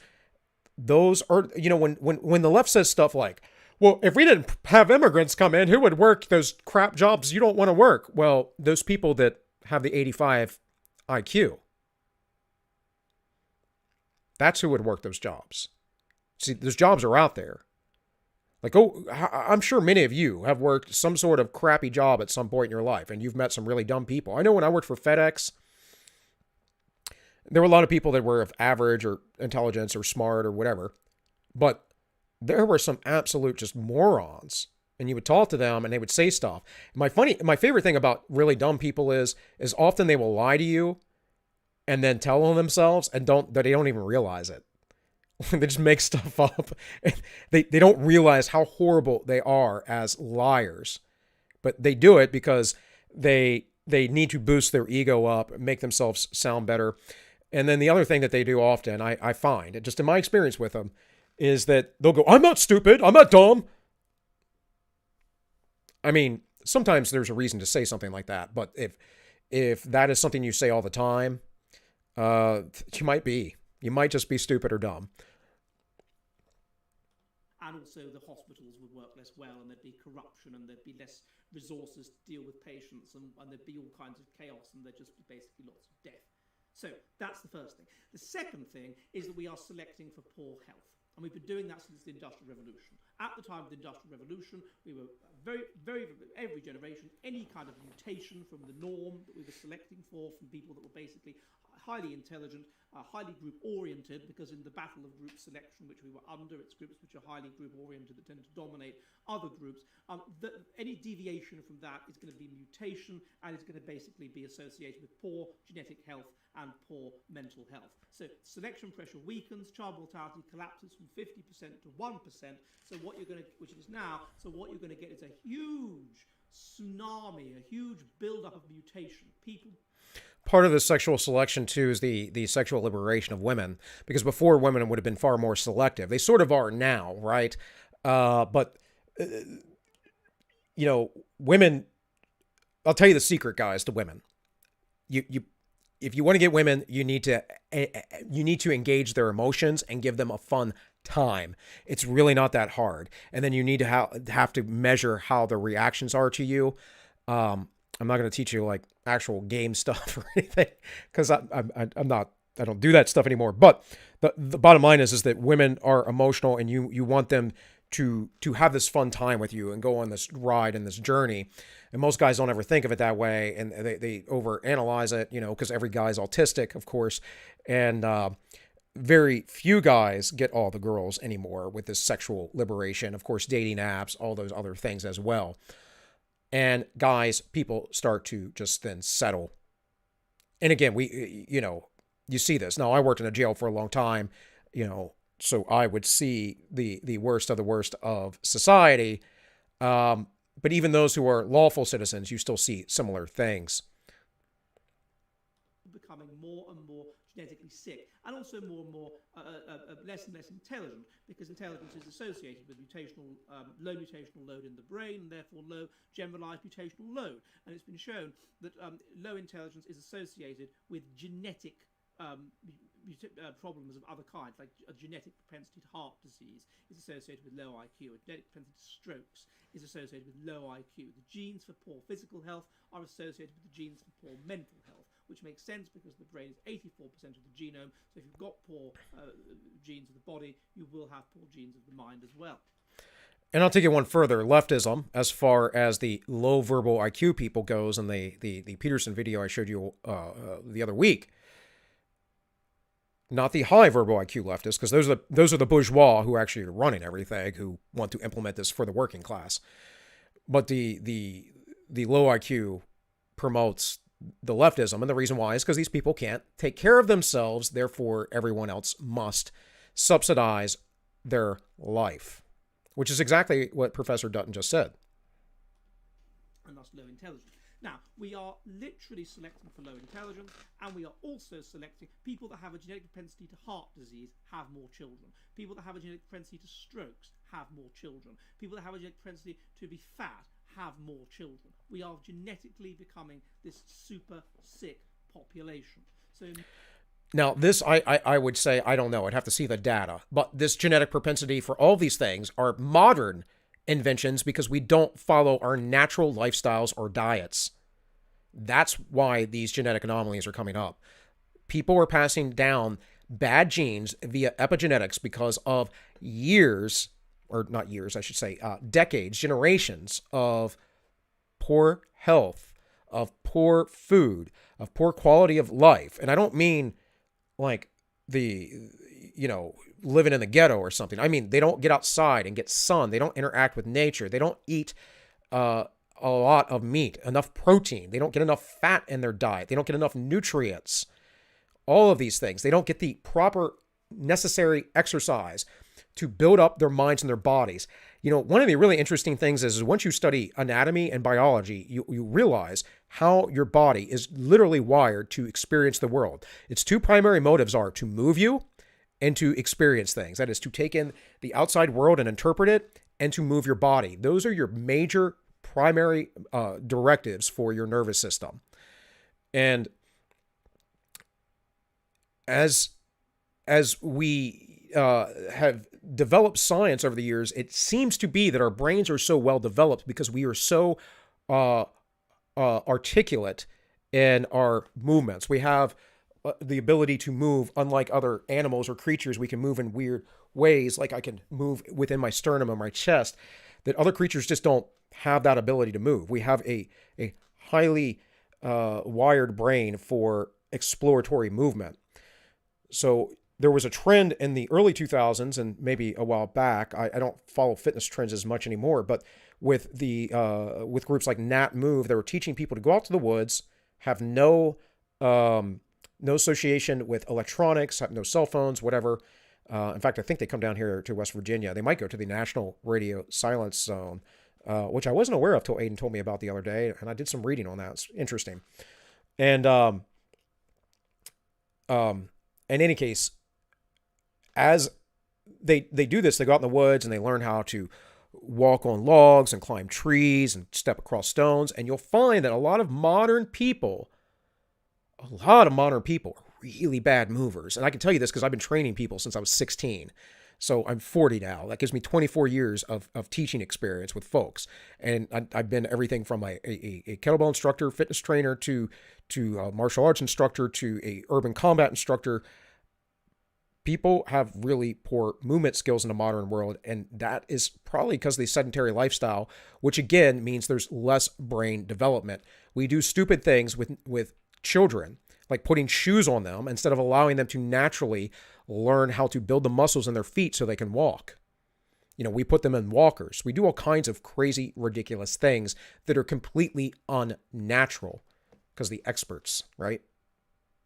Imagine what would happen if there was then a population explosion where the population rose so high that it could not be sustained. But it outpaced the ability to produce food. There wasn't enough food, and that population had low IQ, and that population was highly genetically sick, and thus highly reliant on healthcare and on welfare. What would be the result of that? Well, the result of that would be would be a population collapse, would be an inability to feed the population, and it would therefore be starvation, because we wouldn't be able to feed the population, and the population would therefore collapse into anarchy and violence and a struggle for food. That is what would happen.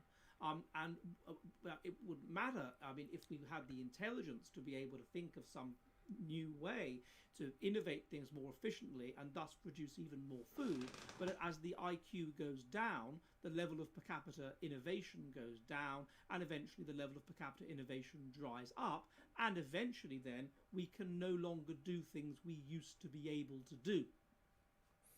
Such as sustain a complex society, sustain a complex healthcare system, whatever. Also, as intelligence goes down, trust levels go down, levels of altruism go down, so people will be less inclined to sustain a free healthcare system or to sustain welfare or whatever. And so these things, in a context of overpopulation, will start to come apart.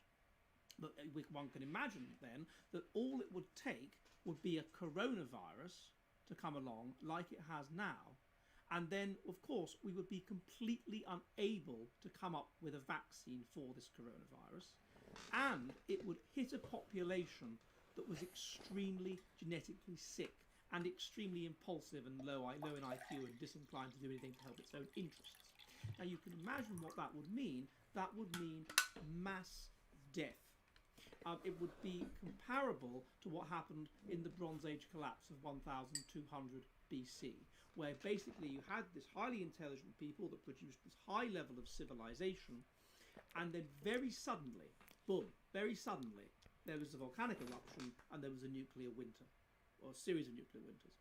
And the result of that was that the population, who had been adapted to this relatively balmy, warm period and managed to grow very, very high, was overwhelmingly maladapted, and there was nowhere near enough food. The result was a total collapse.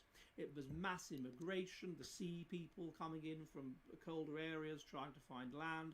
It was warfare and conflict. It was nobody had any money anymore, so anything that was above sort of sustenance, anything that was above just getting by and having enough food becomes abandoned. So all of these extra jobs, all the stuff in the cities, all of the complex stuff that requires an excess of food. You need excess of food to have some people not working on the land. You need a massive excess of food to have lots and lots of people not working on the land. Suddenly there's not enough food, so the cities collapse and depopulate and fall into ruin. People return to the countryside looking for areas to farm, looking for land. There's complete disorder. You get protection rackets. People stop farming and sort of go wander off and search for new lands that they can just sort of pasture animals on and things like that. The population, the civilization only just held on in that context. Greece totally collapsed. There were no functioning cities left in Greece after this collapse. The Homeric epics were passed on by oral tradition, and there was an 800-year dark age in Greece. So that's the kind of thing that we would think is going to happen. This collapse is not going to be an ordinary collapse. It's not going to be like the collapse of classical Rome, where things start to go backwards as people become less intelligent, and then you get the Great Justinian Plague, which reduces the population by 60%, because they'd never had an industrial revolution. So their people at that collapse were relatively healthy. Our people will be unbelievably unhealthy. 90% of them would not have been able to survive under pre-industrial conditions. And so what you would expect as we return to pre-industrial conditions or something like it would be a collapse of the order of 90% or more. As all of these people who need healthcare, who are reliant on welfare, who can't work, who are so low in IQ, they couldn't do anything to contribute to the economy. They couldn't farm. They couldn't do anything. They're good as maybe hunter-gatherers, if that.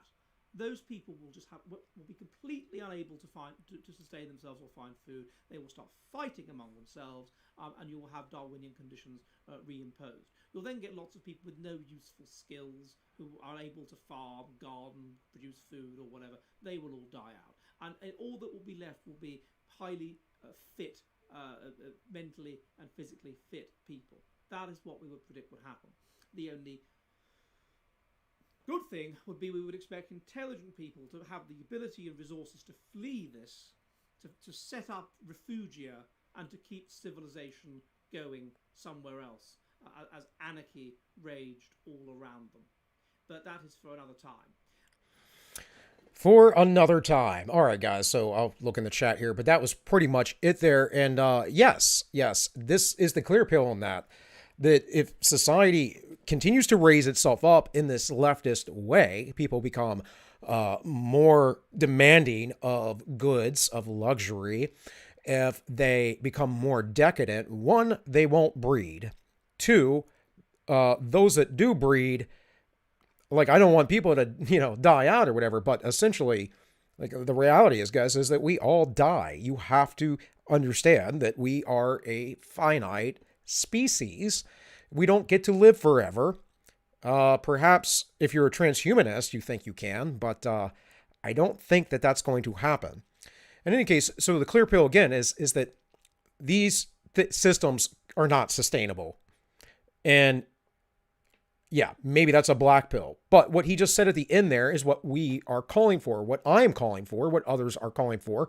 We need to move out and we need to hedge our bets and create our own societies. Now, I don't think an agrarian society is an intelligent way to go about things completely. I think agriculture is good to some degree, but I think having a mix of agriculture and a large, and of course, animal husbandry is good, but also a large amount of hunting is important. But my greater point of all this is that it is the cities where these people go or where they'll be at. This is all, in a way, we can relate this back to the Great Reset, and that by 2030, they want the Great Reset to be implemented, and that these folks are just going to be pulled into these cities. And I'm fairly convinced they're going to leave mostly the countryside alone because there just won't be people to police it or technology to get out there.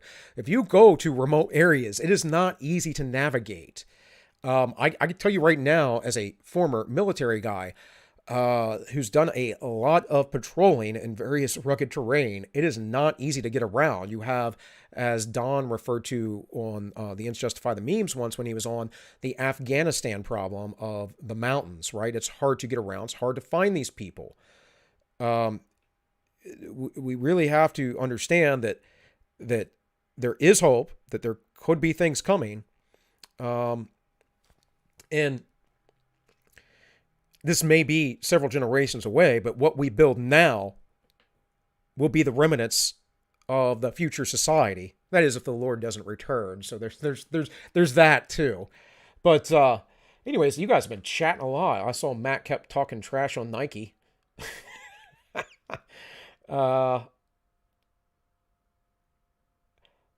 Let's see. You guys are talking about child labor and all kinds of stuff.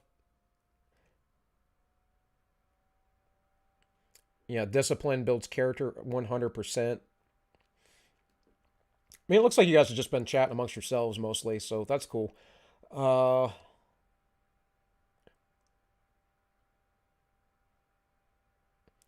Matt said something was wrong when I was told to pick up my brother's and sister's toys all the time. Still dealing with it today. Yeah, well, got to have their own responsibility. I guess maybe that was your point there. So guys, just some things to think about, some things about the future.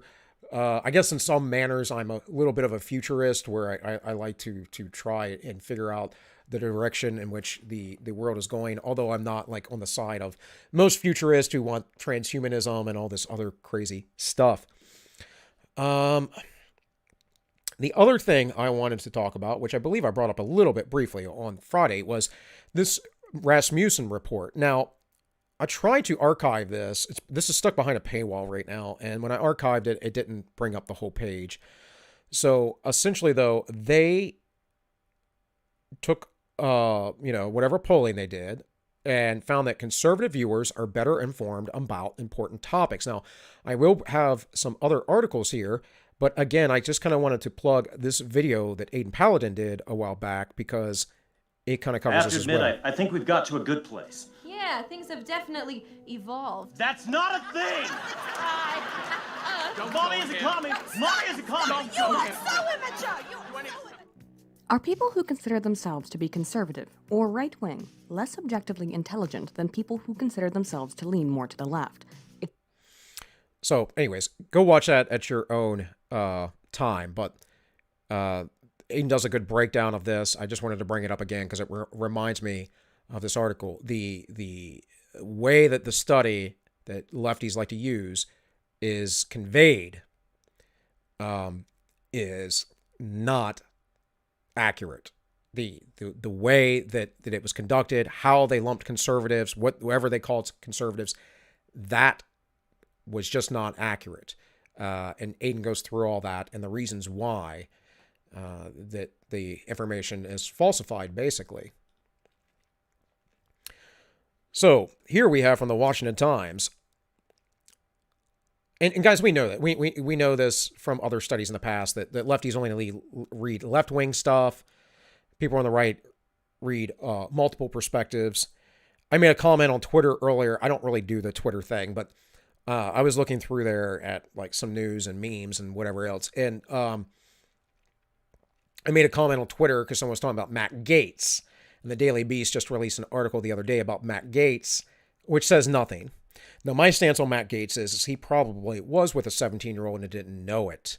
The way that, basically the way that these folks who have power and money, which Gaetz does, he comes from money. His father was, I think, a Florida senator or congressman and a legislator, in any case. Like, he's been busted for DUI in the past, which again, I don't think is that big of a deal, but, it happens. People, I don't know how drunk he was, but people get in trouble for stuff like that, right? And they stop it. But, maybe he's not your cup of tea, but he's not a bad looking guy. He's got money. Of course he's going to date. And if you know anything about the DC dating scene or any of those things or any sort of political dating scene, it's a free for all, guys. It's everybody's banging everybody. It's exactly what you think it is that the media's portrayed over the years. I mean, same with drugs like cocaine and alcoholics and everything else, guys. That is par for the course. That is not a myth. That is a reality. I can tell you firsthand. So my stance is pretty much that he probably did this, but he's still being extorted, right? And I made some comment because someone said something about, well, Matt Gaetz, he's obviously this and that, and blah, blah, blah. And I'm like, dude, this is about political enemies and nothing more. He's obviously being extorted. It's about political enemies. He's a huge enemy to the left and the power of the deep state, and they don't like him in D.C. And so they're going to go after him. And I made the point that, they would have went after. I said, if you didn't think that, then why did Hillary get special treatment? And I was thinking of her server and the classified material. Now, I've held a clearance before. I can tell you, if I did the things that Hillary Clinton did with my clearance, I would probably have gone to federal prison. So, and then they brought up, but Benghazi, there were 33 investigations or something about. I'm like, first off, I wasn't talking about Benghazi. Second off, you think the DOJ is going to go after their own on that issue? Like, quit being idiotic. And then he was like, oh yeah, so that your point doesn't stand and all this stuff. I'm like, dude, I'm not an ideologue. Like, you're being an ideologue. I'm not playing team sports here, man. I think Matt Gaetz is probably guilty. But the fact that Hillary Clinton was not fined or arrested or whatever else, like, you think that's going to happen to you or I? No, but you're not part of the oligarchy, and neither is Matt Gaetz. He might be an elitist, but he's not part of that oligarchy, the people that really run the show. Anyways, but this is just how lefties work. Like, lefties don't know that BLM and Antifa and all that came up under Obama. They don't understand that racial tensions weren't built by Trump. They were built by directly the Obama administration and the things that they said and did. They don't know that they politically persecuted, like they are doing now with Biden, that they politically persecuted journalists. Yeah, and political opponents. They weaponized the IRS. They don't know this stuff. They're just ideologues. They're swine, in my opinion, and you shouldn't be casting your pearls before them. So that was the first response I gave to him. You're an ideologue and, shut up. Because you didn't even care to understand my stance on this. Anyways, I digress. Fox News viewers outperform CNN, MSNBC fans on knowledge of news topics. Climate change, gun violence, and Uncle Sam's growing debt are amongst the biggest topics in politics, yet Americans don't have a good grasp on what the actual numbers say.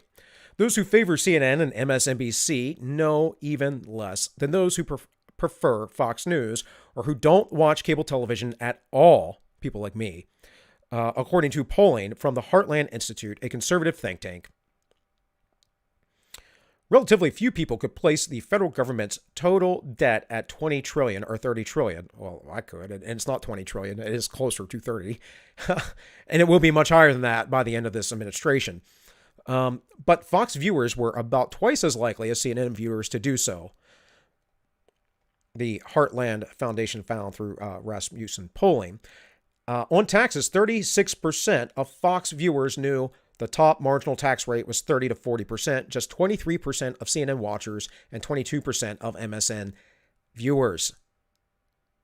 Now, this is just sad all around, in my opinion. Only 36% of conservatives knew this. It's a sad day when we're talking about 70% of our nation have no freaking clue what's going on. Most striking was climate change. More than half of CNN viewers, 58% of MSNBC viewers, said at the rate the globe is warming, humanity is on pace for extinction within 100 years. Well, this goes back to what Professor Dutton was just saying and the IQ lowering. It really does. Because that is absolutely absurd. It doesn't matter if the climate gets hotter. We will adapt. We always have. It has always changed. And technology is a way for us to mitigate such things. Heartland said that it is decidedly not the scientific consensus. Just a quarter of Fox viewers believed doom is looming. If you watch CNN and MSNBC, you're maybe twice as likely to hold that view than people who are getting their news from other outlets, said Justin Haskins, the editorial director for Heartland. That means that there are people answering the question who believe that they will live through the climate apocalypse. And that's the other thing, is these people think that this climate apocalypse is coming and they're going to survive it because they have hubris. And this is why I put in the description they are the epitome of the Dunning-Kruger Effect. That they're this moronic. They don't even understand the issue. They don't know how carbon works. They don't know how the greenhouse gas theory is bunk because our atmosphere doesn't work that way. They don't understand that the Earth used to be hotter, that we're coming out of an ice age and it is warming. And sure, maybe some CO2 emissions have warmed up the Earth, but that's actually beneficial as it helps more plant life grow and therefore we'll have more wildlife. No, they don't know any of these things. They are just moronic. So here from the Instapundit, this is just how I could find some information on this, by the way, folks.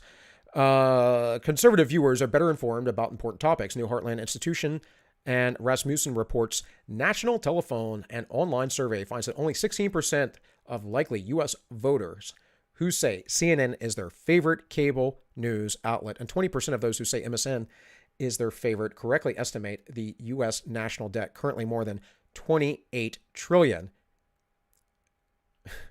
as being between 20 and 30. By contrast, 35% of Vox viewers. So it's the same thing. This is I think a little bit more in depth on this.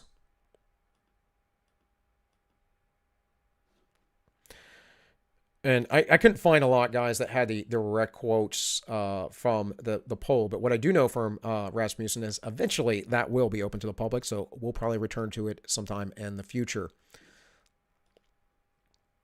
So the low IQ, low verbal skill lefties who only watch these things, and by the way, some of them aren't dumb people. Like I know some smart, very smart people who believe in a lot of falsehoods in life, but it is their proclivity to believe so based on their temperament, right? Their personality, their temperament is a reflection of how they're seeking things. For me, I have temperamental things within the big five, like disgust sensitivity, that leans me towards conservatives, and then other things like my openness, which is like in the highest percentiles there are, that lead me to be more left-leaning. There are things as well, though, where I'm high, not ultra high, but high in conscientiousness and industrialness, meaning that I believe in hard work and I work decently hard, although I'm not in the highest percentiles. I think I'm in like the 60th percentile or something. So I'm about of average or a little bit above. But that is a conservative trait. And left-wingers don't have that trait. They have a low conscientiousness, generally speaking. And again, this is all in the social science. You can go read about all this stuff. I've talked about it before on the channel, some older videos. Maybe didn't explain it the best, but I'm not really here to spoon feed you guys everything either. I'm just here to present you with my perspectives, some information, some tidbits, and that's about it. So, anyways, if you never assume that Americans who watch or listen to conservative news outlets are better informed on topics in the news, you would be correct. It is not anecdotal, it is a proven fact. According to a new poll conducted by Rasmussen Reports for the Heartland Institute, there is a strong correlation between a likely voter's favorite television news outlet and his or her understanding of basic facts about important topics on news. The poll asked 1,000 likely voters a series of questions about a wide variety of news events.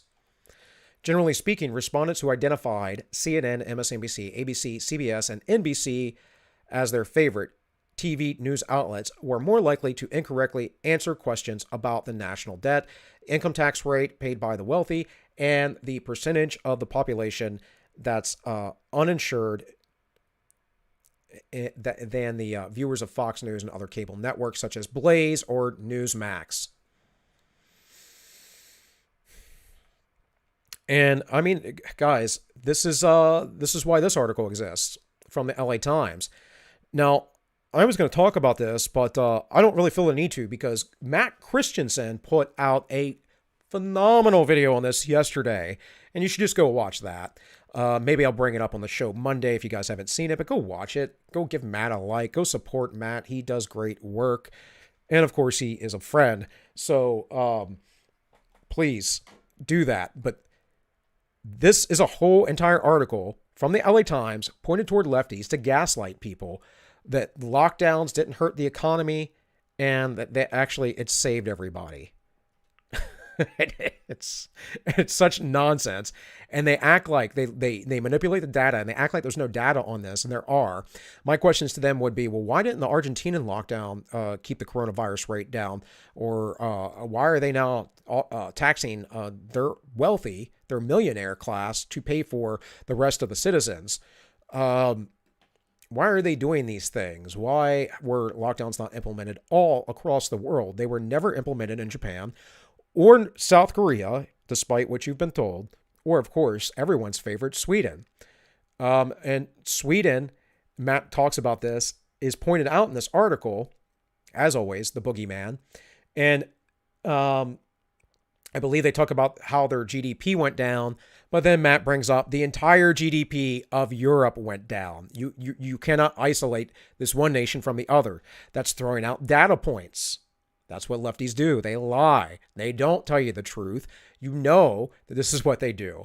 There are very few that are actually sincere, and those that are sincere generally are misinformed and suffer from that Dunning-Kruger effect where they believe they know better than you and know more. And the reality is that they're actually just idiots. They're idiots gratifying their own cognitive biases and saying, look, the minutia I read and can spit out this article and this study said that, and they never went through the studies. And again, I know some smart people. I'm talking about people that have IQs around 130 that act the same way. But generally, those folks don't live in the real world either. Those people are often isolated from the real world and the things that are in it. Me, I'm a salt of the earth kind of guy. I like regular, normal people. I'm a blue collar guy. Doesn't matter, how intelligent I am. I appreciate the simpler, finer things in life. And most of these big brain folks on the left do not. And again, for most of them, it's just about power. It says, our survey also seems to indicate that those who do not watch cable news or network news are more likely to answer our questions about the news accurately than the viewers. That is, those of you watching YouTube and other alternative media. You are more informed than those watching legacy media. Although viewers of Fox News and other cable networks were most likely to correctly select the percentage of the U.S. population without healthcare coverage, a sizable percentage of those audiences also underestimated the size of the insured population at 82%. By far, the biggest takeaway from the poll is that one's knowledge about factual news events is directly correlated with the media preference and vice versa. I feel like sending this to my family, certain members. You guys probably should too. Be like, remember the stuff I told you about that you were wrong about? I mean, how many of you have folks, friends, like former friends, maybe friends from school, people you've known for a long time, or family members who are just off the rails, who believe things like January 6th was actually an insurrection? Like, we don't have photographs of the Capitol Police inside taking selfies with people. Yeah, that was a real insurrection there. Moronic idiocy. They are brainwashed. They are being fed what they want to be fed. And guys, I get it. They don't want to be responsible for things. They just want people to tell them. They don't want to look it up themselves. That takes effort. It takes energy. It takes time. It says, for instance, the most likely voters were asked that national debt of the United States currently stands at answered 28 trillion. 69% of CBS viewers and 65% of NBC viewers underestimated the national debt, compared to 44% of those who said they don't watch network news. Astonishingly, 30% of CNN viewers and 32% of CBS viewers said the national debt was only $5 trillion or less. Holy crap. And this is why they were willing to put forth all of these projects. I guarantee you they don't know about the inflation. I mean, if you watched most of these major news networks during the housing bubble of the early 2000s, you would have been told everything is fine. If you would have watched Ron Paul or Peter Schiff, you would have been told, no, it's not. Guess who was right? On the other hand, those who receive their news from conservative media were most likely to accurately identify the national debt, with 35 to 37% respectively making the correct selection. I don't generally advocate watching legacy media in any way, shape, or form, although admittedly, it's been a while, but I do watch Tucker on occasion, or I might turn on Fox News, or I might see a segment. But just realize, guys, I'm sure most of you know, Fox has largely controlled opposition. Like the Murdochs, it's not Rupert anymore. I forget it. Can't think of his name. But the Murdochs, they're all about the globalism, guys. So why does this matter? Well, it matters because the mainstream liberal media, especially the network news and CNN and MSNBC, are getting the facts wrong, purposefully in most cases, to perpetuate their preferred but false narratives. That's called propaganda. Now, folks, propaganda can be truthful. Either way, propaganda's point is to propagate an idea. Okay, that's all it is. It doesn't mean it has to be truthful or not. I always say PJW is a propagandist. That's what he is. That's what he does. I think he's a pretty good propagandist and a good one for the right. I mean, we need propagandists on our side. And as a result of this, millions of Americans are woefully misinformed on a number of basic, unequivocal facts. This does not bode well for the future of our country. Thomas Jefferson once said, an educated citizenry is a vital requisite for the survival as a free people. Well, it's not just the education, although we know that the education has tremendously gone down. Again, I suggest that you look into the works of Scarlett Iserby and John Taylor Gatto, but there are plenty of people that recognize this. A good website to check out on issues like this is Intellectual Takeout. Now, I haven't checked out them in a long time, but they do good work, write little articles, talk about this. They expose what school students read, say, in the 1880s versus what they read today, those kind of things. And I mean, I'm talking about like fifth graders, and it is astounding. It is astounding the lack of education you get today. We had a high literacy rate, one of the highest in the world and the United States when we were first formed. We had a very moral people. We were scaled properly, which is the other issue of this. And we didn't tend to outsource our education to the government. Now, that did start under Benjamin Franklin, more or less, in the U.S. But for the most part, especially in the South, people would hire tutors and stuff, or they would pay a teacher, and the community would have a schoolhouse for the local children. They were far more directly involved. And there were very strict rules on what the teachers could do as well. In often cases, they weren't even allowed to get married because the local folks wanted them to focus on the children that were not theirs instead of children that were potentially be theirs, right? It's a distraction. By this, Jefferson was not strictly speaking about the educated citizenry in terms of mathematics, physics, philosophy, etc., but rather Jefferson was referring to a citizenry that was educated about the events of the day, including social, economic, and political issues. No, beyond that, I think Jefferson was talking about the mathematics, physics, philosophy, but the classical liberal ideas and the antiquities, because we don't teach those anymore. Like, how many of you had an opportunity to take Latin in high school? I took 2 years of it. I tell that to people, and they're like, you took Latin in high school? I went to a public school too, guys. That program was gone, by the way, very soon afterward. In fact, I believe I came back to school once right after I got out of boot camp, and it was already gone the next year. Or maybe not. I think Mr. Scheer was still there for a few more years, but they got rid of it, man. And that exposed me as a young teen to the writings of classical Latin authors. Well, some of them were dramas or poetry, but some of them were actually political treatises and other things. So that was important. People used to learn how to read Latin, Greek, and in some cases Hebrew, and they learned history as to not repeat it. Now we completely ignore it. We have no idea where we came from. We're being taught right now by people from the 1619 Project, which has been totally debunked, but people still believe in it, that the back of America was built on slavery. It's like, well, okay, so was every other nation in the world then. What are you going to do? Destroy them all? I mean, half the folks espousing that are communist. What do you think you want? It's true. Jefferson, like so many others before and after him, understood the notion that a democracy cannot function properly when a majority of its citizens are aloof, apathetic, and ignorant. And again, the dumbing down of America.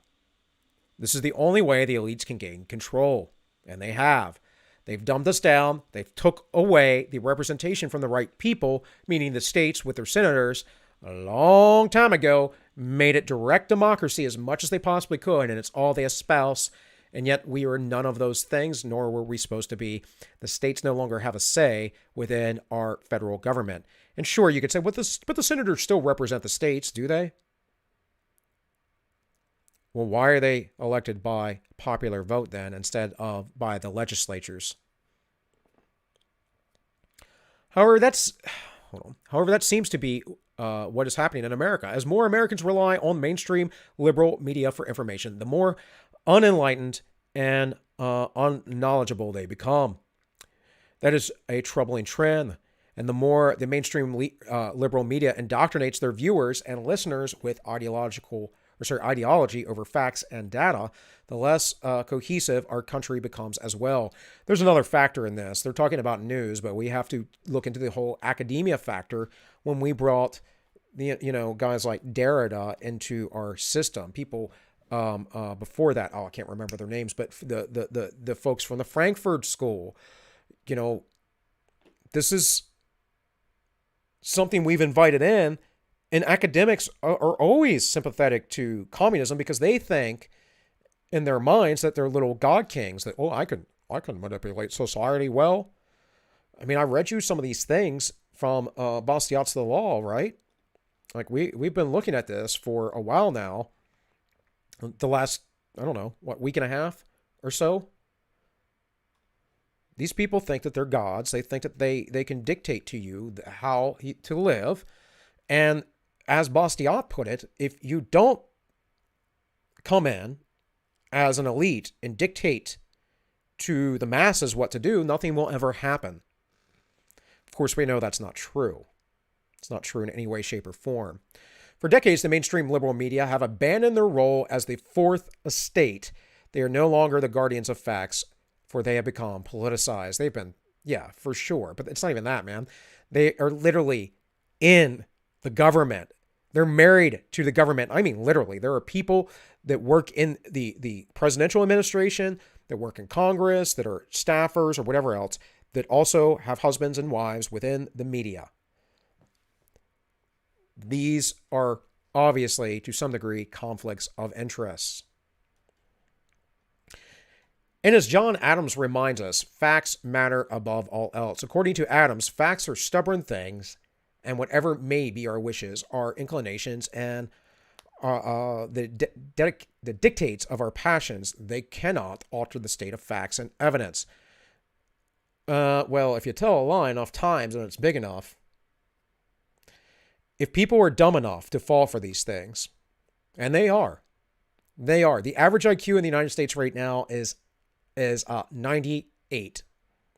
Now that's average, so there are people above and below that, of course. And on the distributions of the extreme ends is what pulls out that average. But if you look at a bell curve, most people fall in that 80 to 110. That's not really any different in most of the Western world. We're sending people of that capacity, that mental capacity, to college. A few years back, I finally got around to taking Math 101, college level math, right? And because I've been in and out of school for many years, basically trying to figure out my life, what I want to do, and if I even care to pursue anything in academia. But as I did this, it was quite easy for me. I'm mathematically minded to some degree, though. I was actually when I was I couldn't read at all when I was learning to read because I'm dyslexic, but I was in an advanced math course as a, elementary school kid. So whatever. But the concepts are easy because math is pure, simple logic. That's all it is.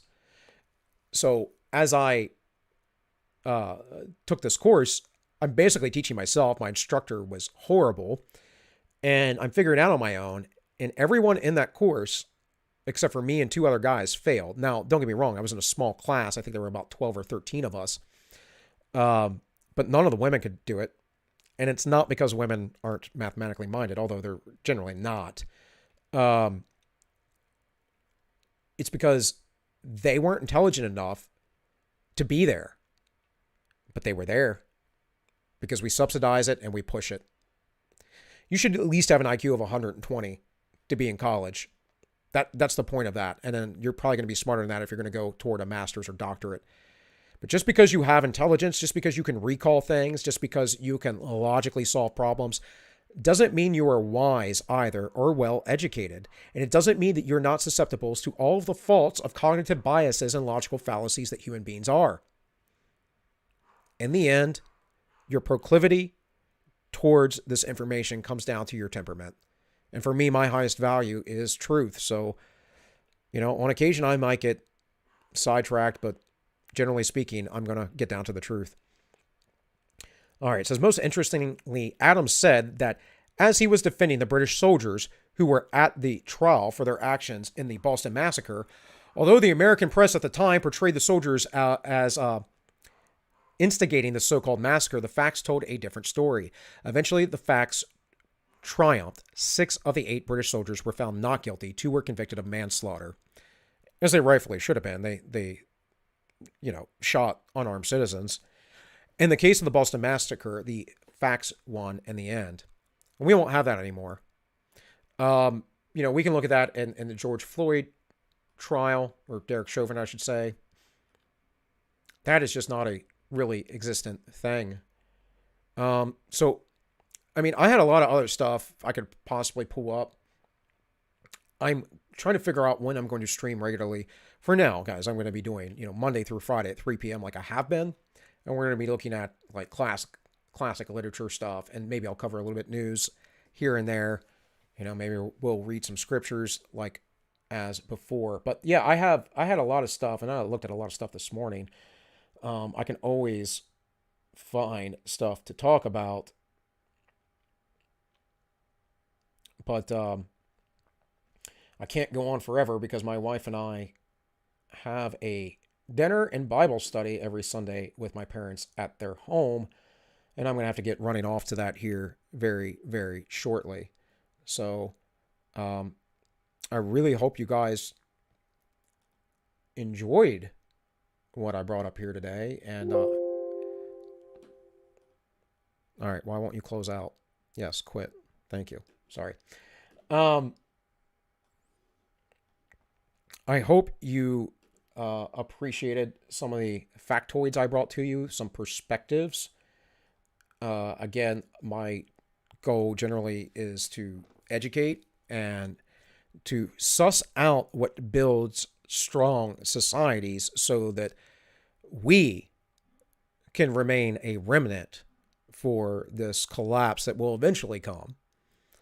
It probably won't be in our lifetimes, but I do believe that there is a great war ahead of us, most likely, unfortunately. It's quite sad, but, the nation has to go through this, I would say.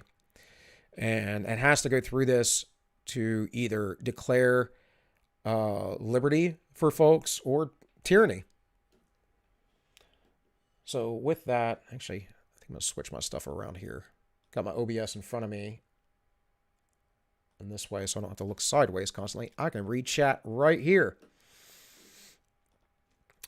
Once again, guys, thanks for sticking with me through this.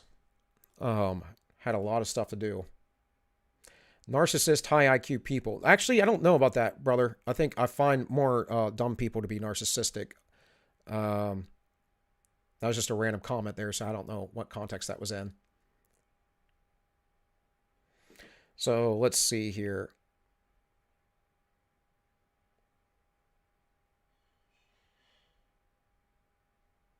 Talking about knife skills and you guys talking about cooking?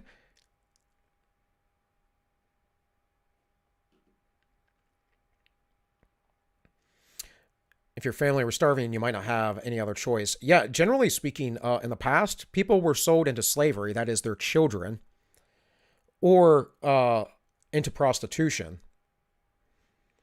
We talk about sweatshops in third world nations.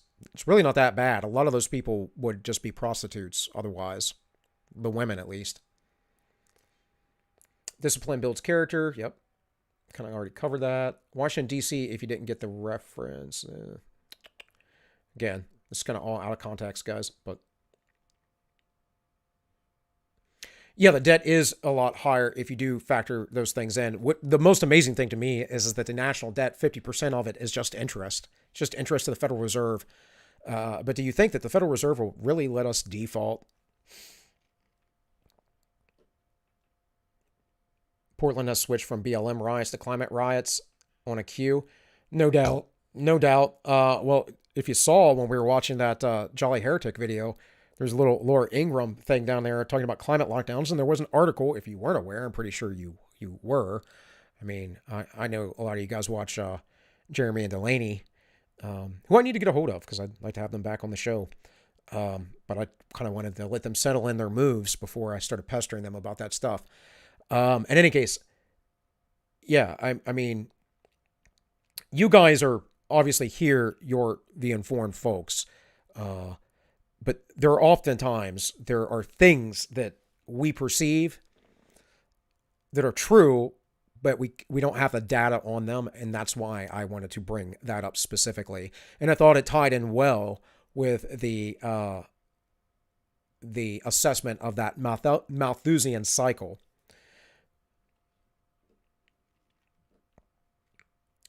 They just want to create a carbon tax to achieve another slush fund to support more of their pet projects. No. It's not about their pet projects. It's about your enslavement. It's about your dependence upon the government.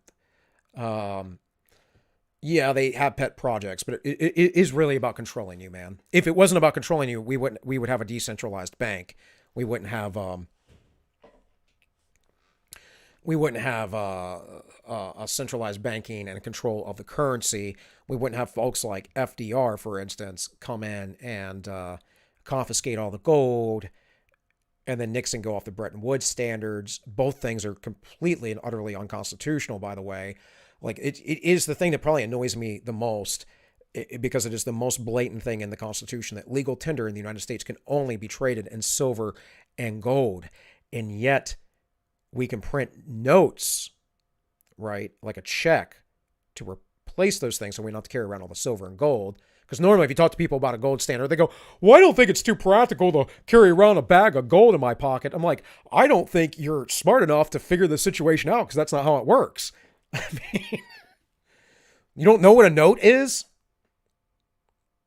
But again, people, they tend to run on autopilot, even very intelligent people. They don't tend to think, suss things out. They don't tend to explore ideas. I mean, I'll tell you, Yiz will tell you guys, go watch other folks you don't like, lefties. I do. Not a lot, but I do. Most of the time I don't have to anymore, because I'm informed by other content creators such as myself who are playing crazy lefty stuff. Like PSA Sitch and Adam Friended today, who I don't know what they're covering, but they tend to every Sunday cover some stupid leftist nonsense.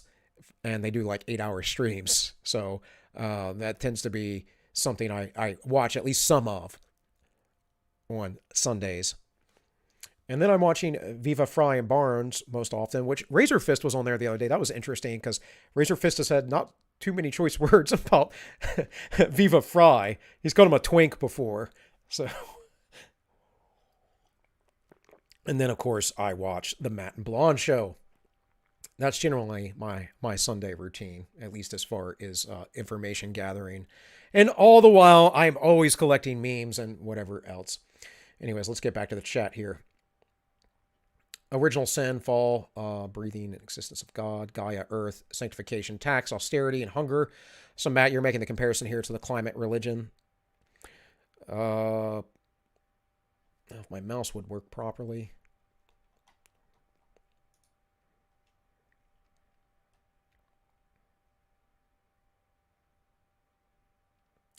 The lockdowns were, Dahari says the lockdowns were manipulated to bolster the leftist presidential election. Yeah, the bolster the election. And yes, I wonder often, again, speculation, conspiracy land, right? I often wonder, though, if as much as I know about how much the globalists hated Donald Trump because he was not on board with their globalist plans, he was an outsider. I often wonder if they would do this to lock down the entire world just to get rid of Trump, to get rid of that thorn in their side. We'll cover some of this on the Justify the Memes Wednesday. We're going to have Brother Augustine on, and he only has an hour for us, and he's doing this thing where he's just trying to get everything out of his life other than spirituality. So we're just going to talk to him about that and not really get into cultural things. And then maybe afterwards we'll run memes. Man, I got some good ones this week already. But yes, this is to my mind the globalists needing to get Trump out. Perhaps, but also the Great Reset. Like the fact that Klaus Schwab could release a book so quickly, and he's already written about these things, or that Davos talked about it immediately as it was happening. And before that, we had Event 201, which was right when the coup was happening. Internationally, people weren't talking about it yet. But you guys are you are delusional if you think that this was something that just hit the world stage in the beginning of 2020. It had been around at least since August, and Wuhan is a very large international city with a lot of business connections. This would have been global within a month. So there's just, it's an impossibility for it not to have spread that quickly. If it is the thing that they say it is. Virtue taxes. Pay $5 a gas, but I'm helping the trees, right? Tell them to stop believing Yahoo. Yahoo News is all right sometimes. Depends. Oh, man, that just jumped on me. I know I'm way back here, guys. Antifa has done more damage than the fake insurrection label. For sure, but they bolster up the political purposes of the left, so they get a free pass.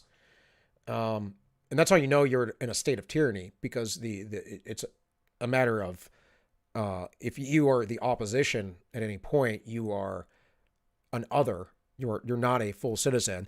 As Keith Olbermann had stated, he wanted to deject all of the deplorables from the United States, as well as Donald Trump, and or put us in gulags or whatever. It's funny, I actually got a scammer the other day trying to contact me through Facebook from a friend of mine from high school. And I mean, someone's more of an acquaintance, someone I used to be in theater with. And I contacted her on Instagram because it was a fake Instagram account, but I kind of played along. And they were trying to sell me on COVID relief. And I'm like, for what? I'm like, you don't understand that nearly 70% of all money that has ever been printed since we've been off the Bretton Woods standard happened last year? Like, and then we have stimulus checks on top of that, and people can't work, and they're being paid not to work. And you want me to be behind more COVID stuff? Because what they were trying to do is get my information so they could steal it, right? And then I went on my high horse with them, went back and forth, and talked about, no, dude, I'm not gonna sacrifice the lives of my children, my grandchildren, my progeny of the future for your immediate gratification. And I heard nothing after that from them. This is what I do, though. This is also why I got a pollster that called me last week. I think it was last Friday, not this past one, but the Friday before, to be a sub to the show. It's what you guys got to do. Antifa has done more damage. Yeah. Do you mean Antifa as in leftists now? The left who tried to bomb the Capitol in the 80s? Well, yeah. Or the Weather Underground, or all the left has always been that way. The left is always the radicals, right?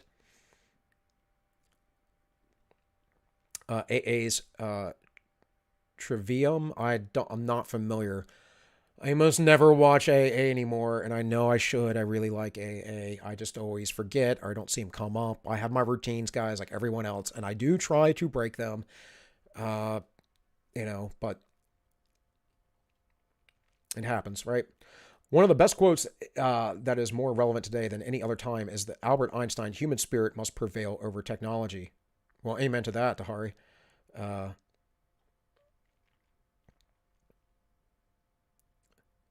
Building black box societies wants people to believe it's just the way that it is. You're absolutely right about that, Matt. The black box, if you guys aren't aware, is the idea that the box just works. What's going on inside, you have no idea, but it just works.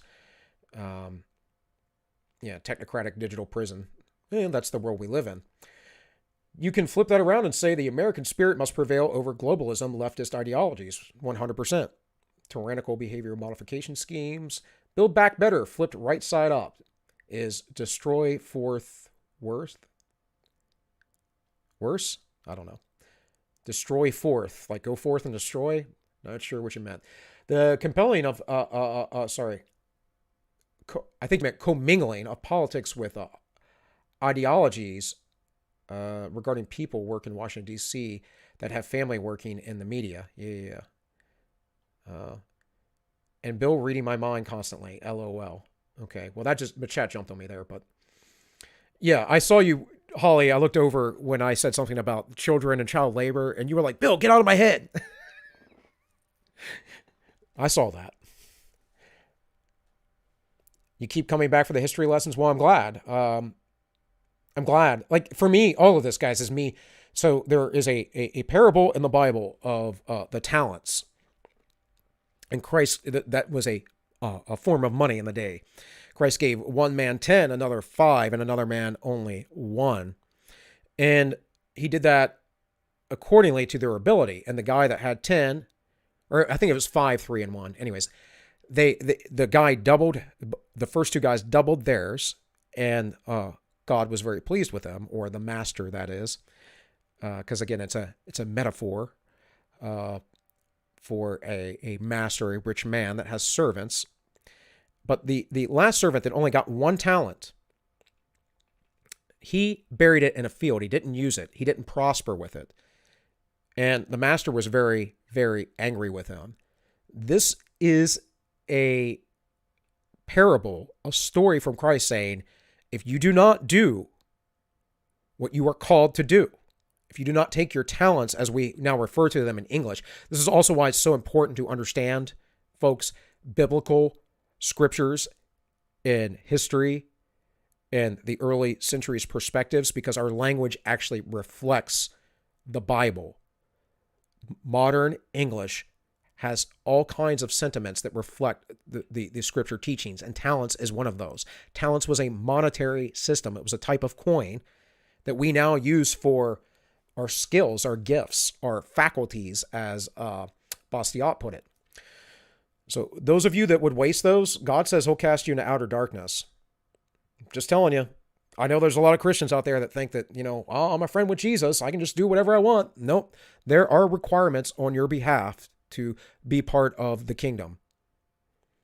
Maybe that's controversial to some of you, but you must have a relationship with God, and that requires certain things, like any relationship, right? You can be legally married, but you're not really in a marriage if you're not building your life with a wife. If she lives in another home somewhere else and she's banging some other dude, is she? Is she really your wife?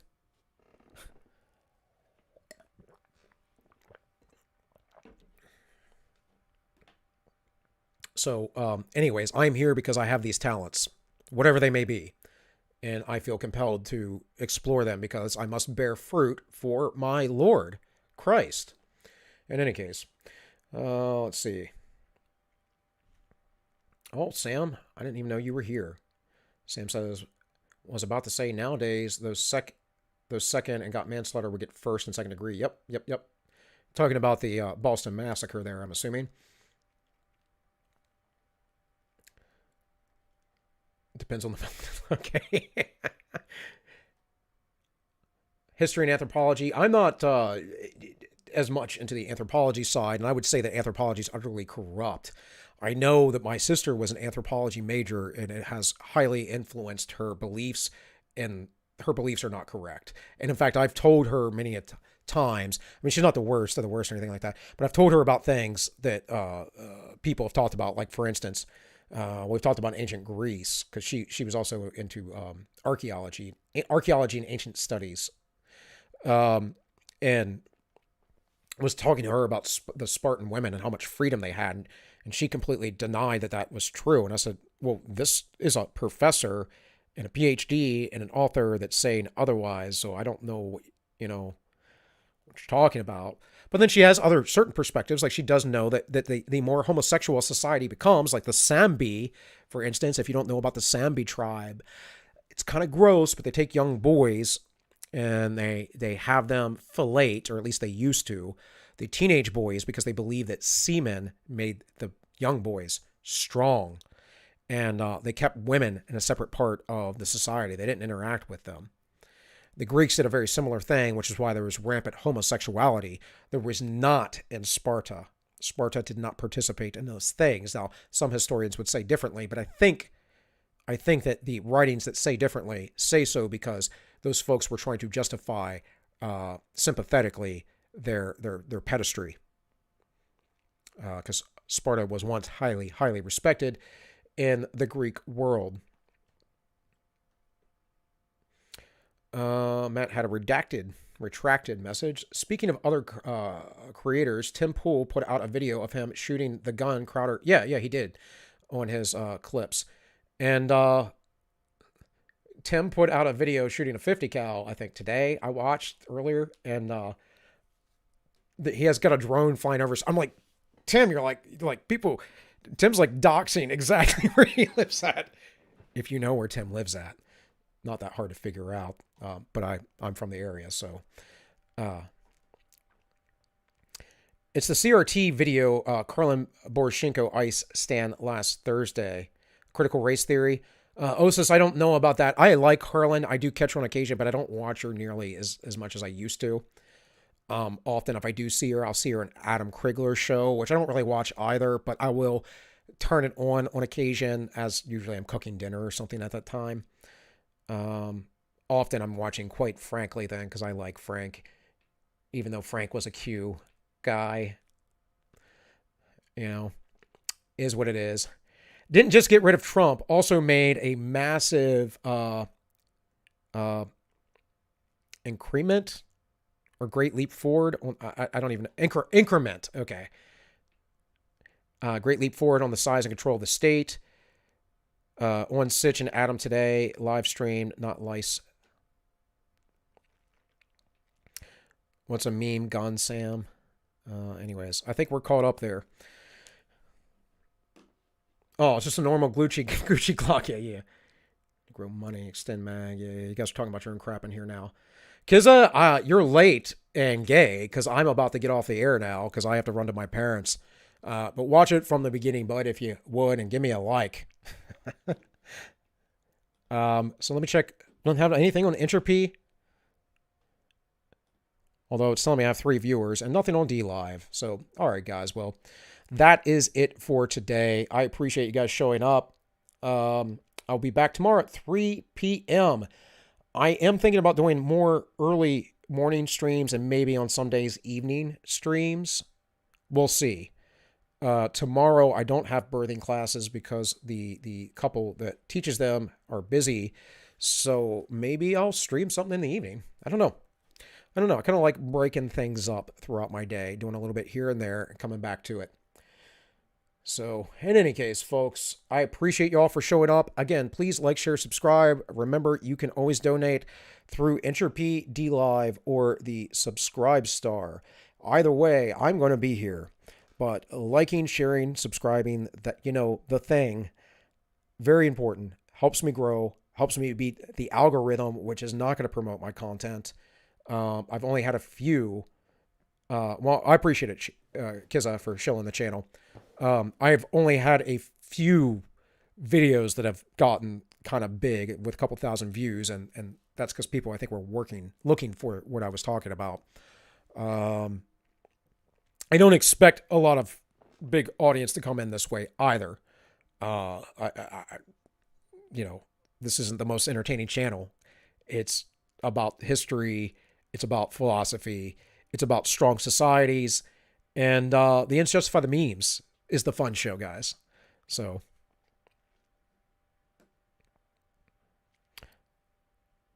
All right. Yes. You're welcome, Dahari. And I know you can't catch me usually at 3 p.m. on throughout the week, but I appreciate you when you show up. Or even if you watch later on, man. Always, guys, leave a comment, too. Like, that helps boost those things up, right? Why have classes so close to the real deal? Well, my wife and I had something, I don't remember the specifics. We had something else going on. I know why. Because we were going to move her grandfather from Florida closer to his daughter. And we went down there and I took the opportunity to go train with Full Spectrum Warrior. And that's why. So we had to put it off. And the next time that they had a class cycle in or however they run it, was closer to now. But it's fine. It's fine. All right, guys. A pre-battle breather? I don't even know what that means. Whatever. I can keep reading chat. I can keep running my mouth too. Guys, once again, like, share, subscribe. I appreciate it. This has been All Minus One. My name is Bill, and I wish you all well.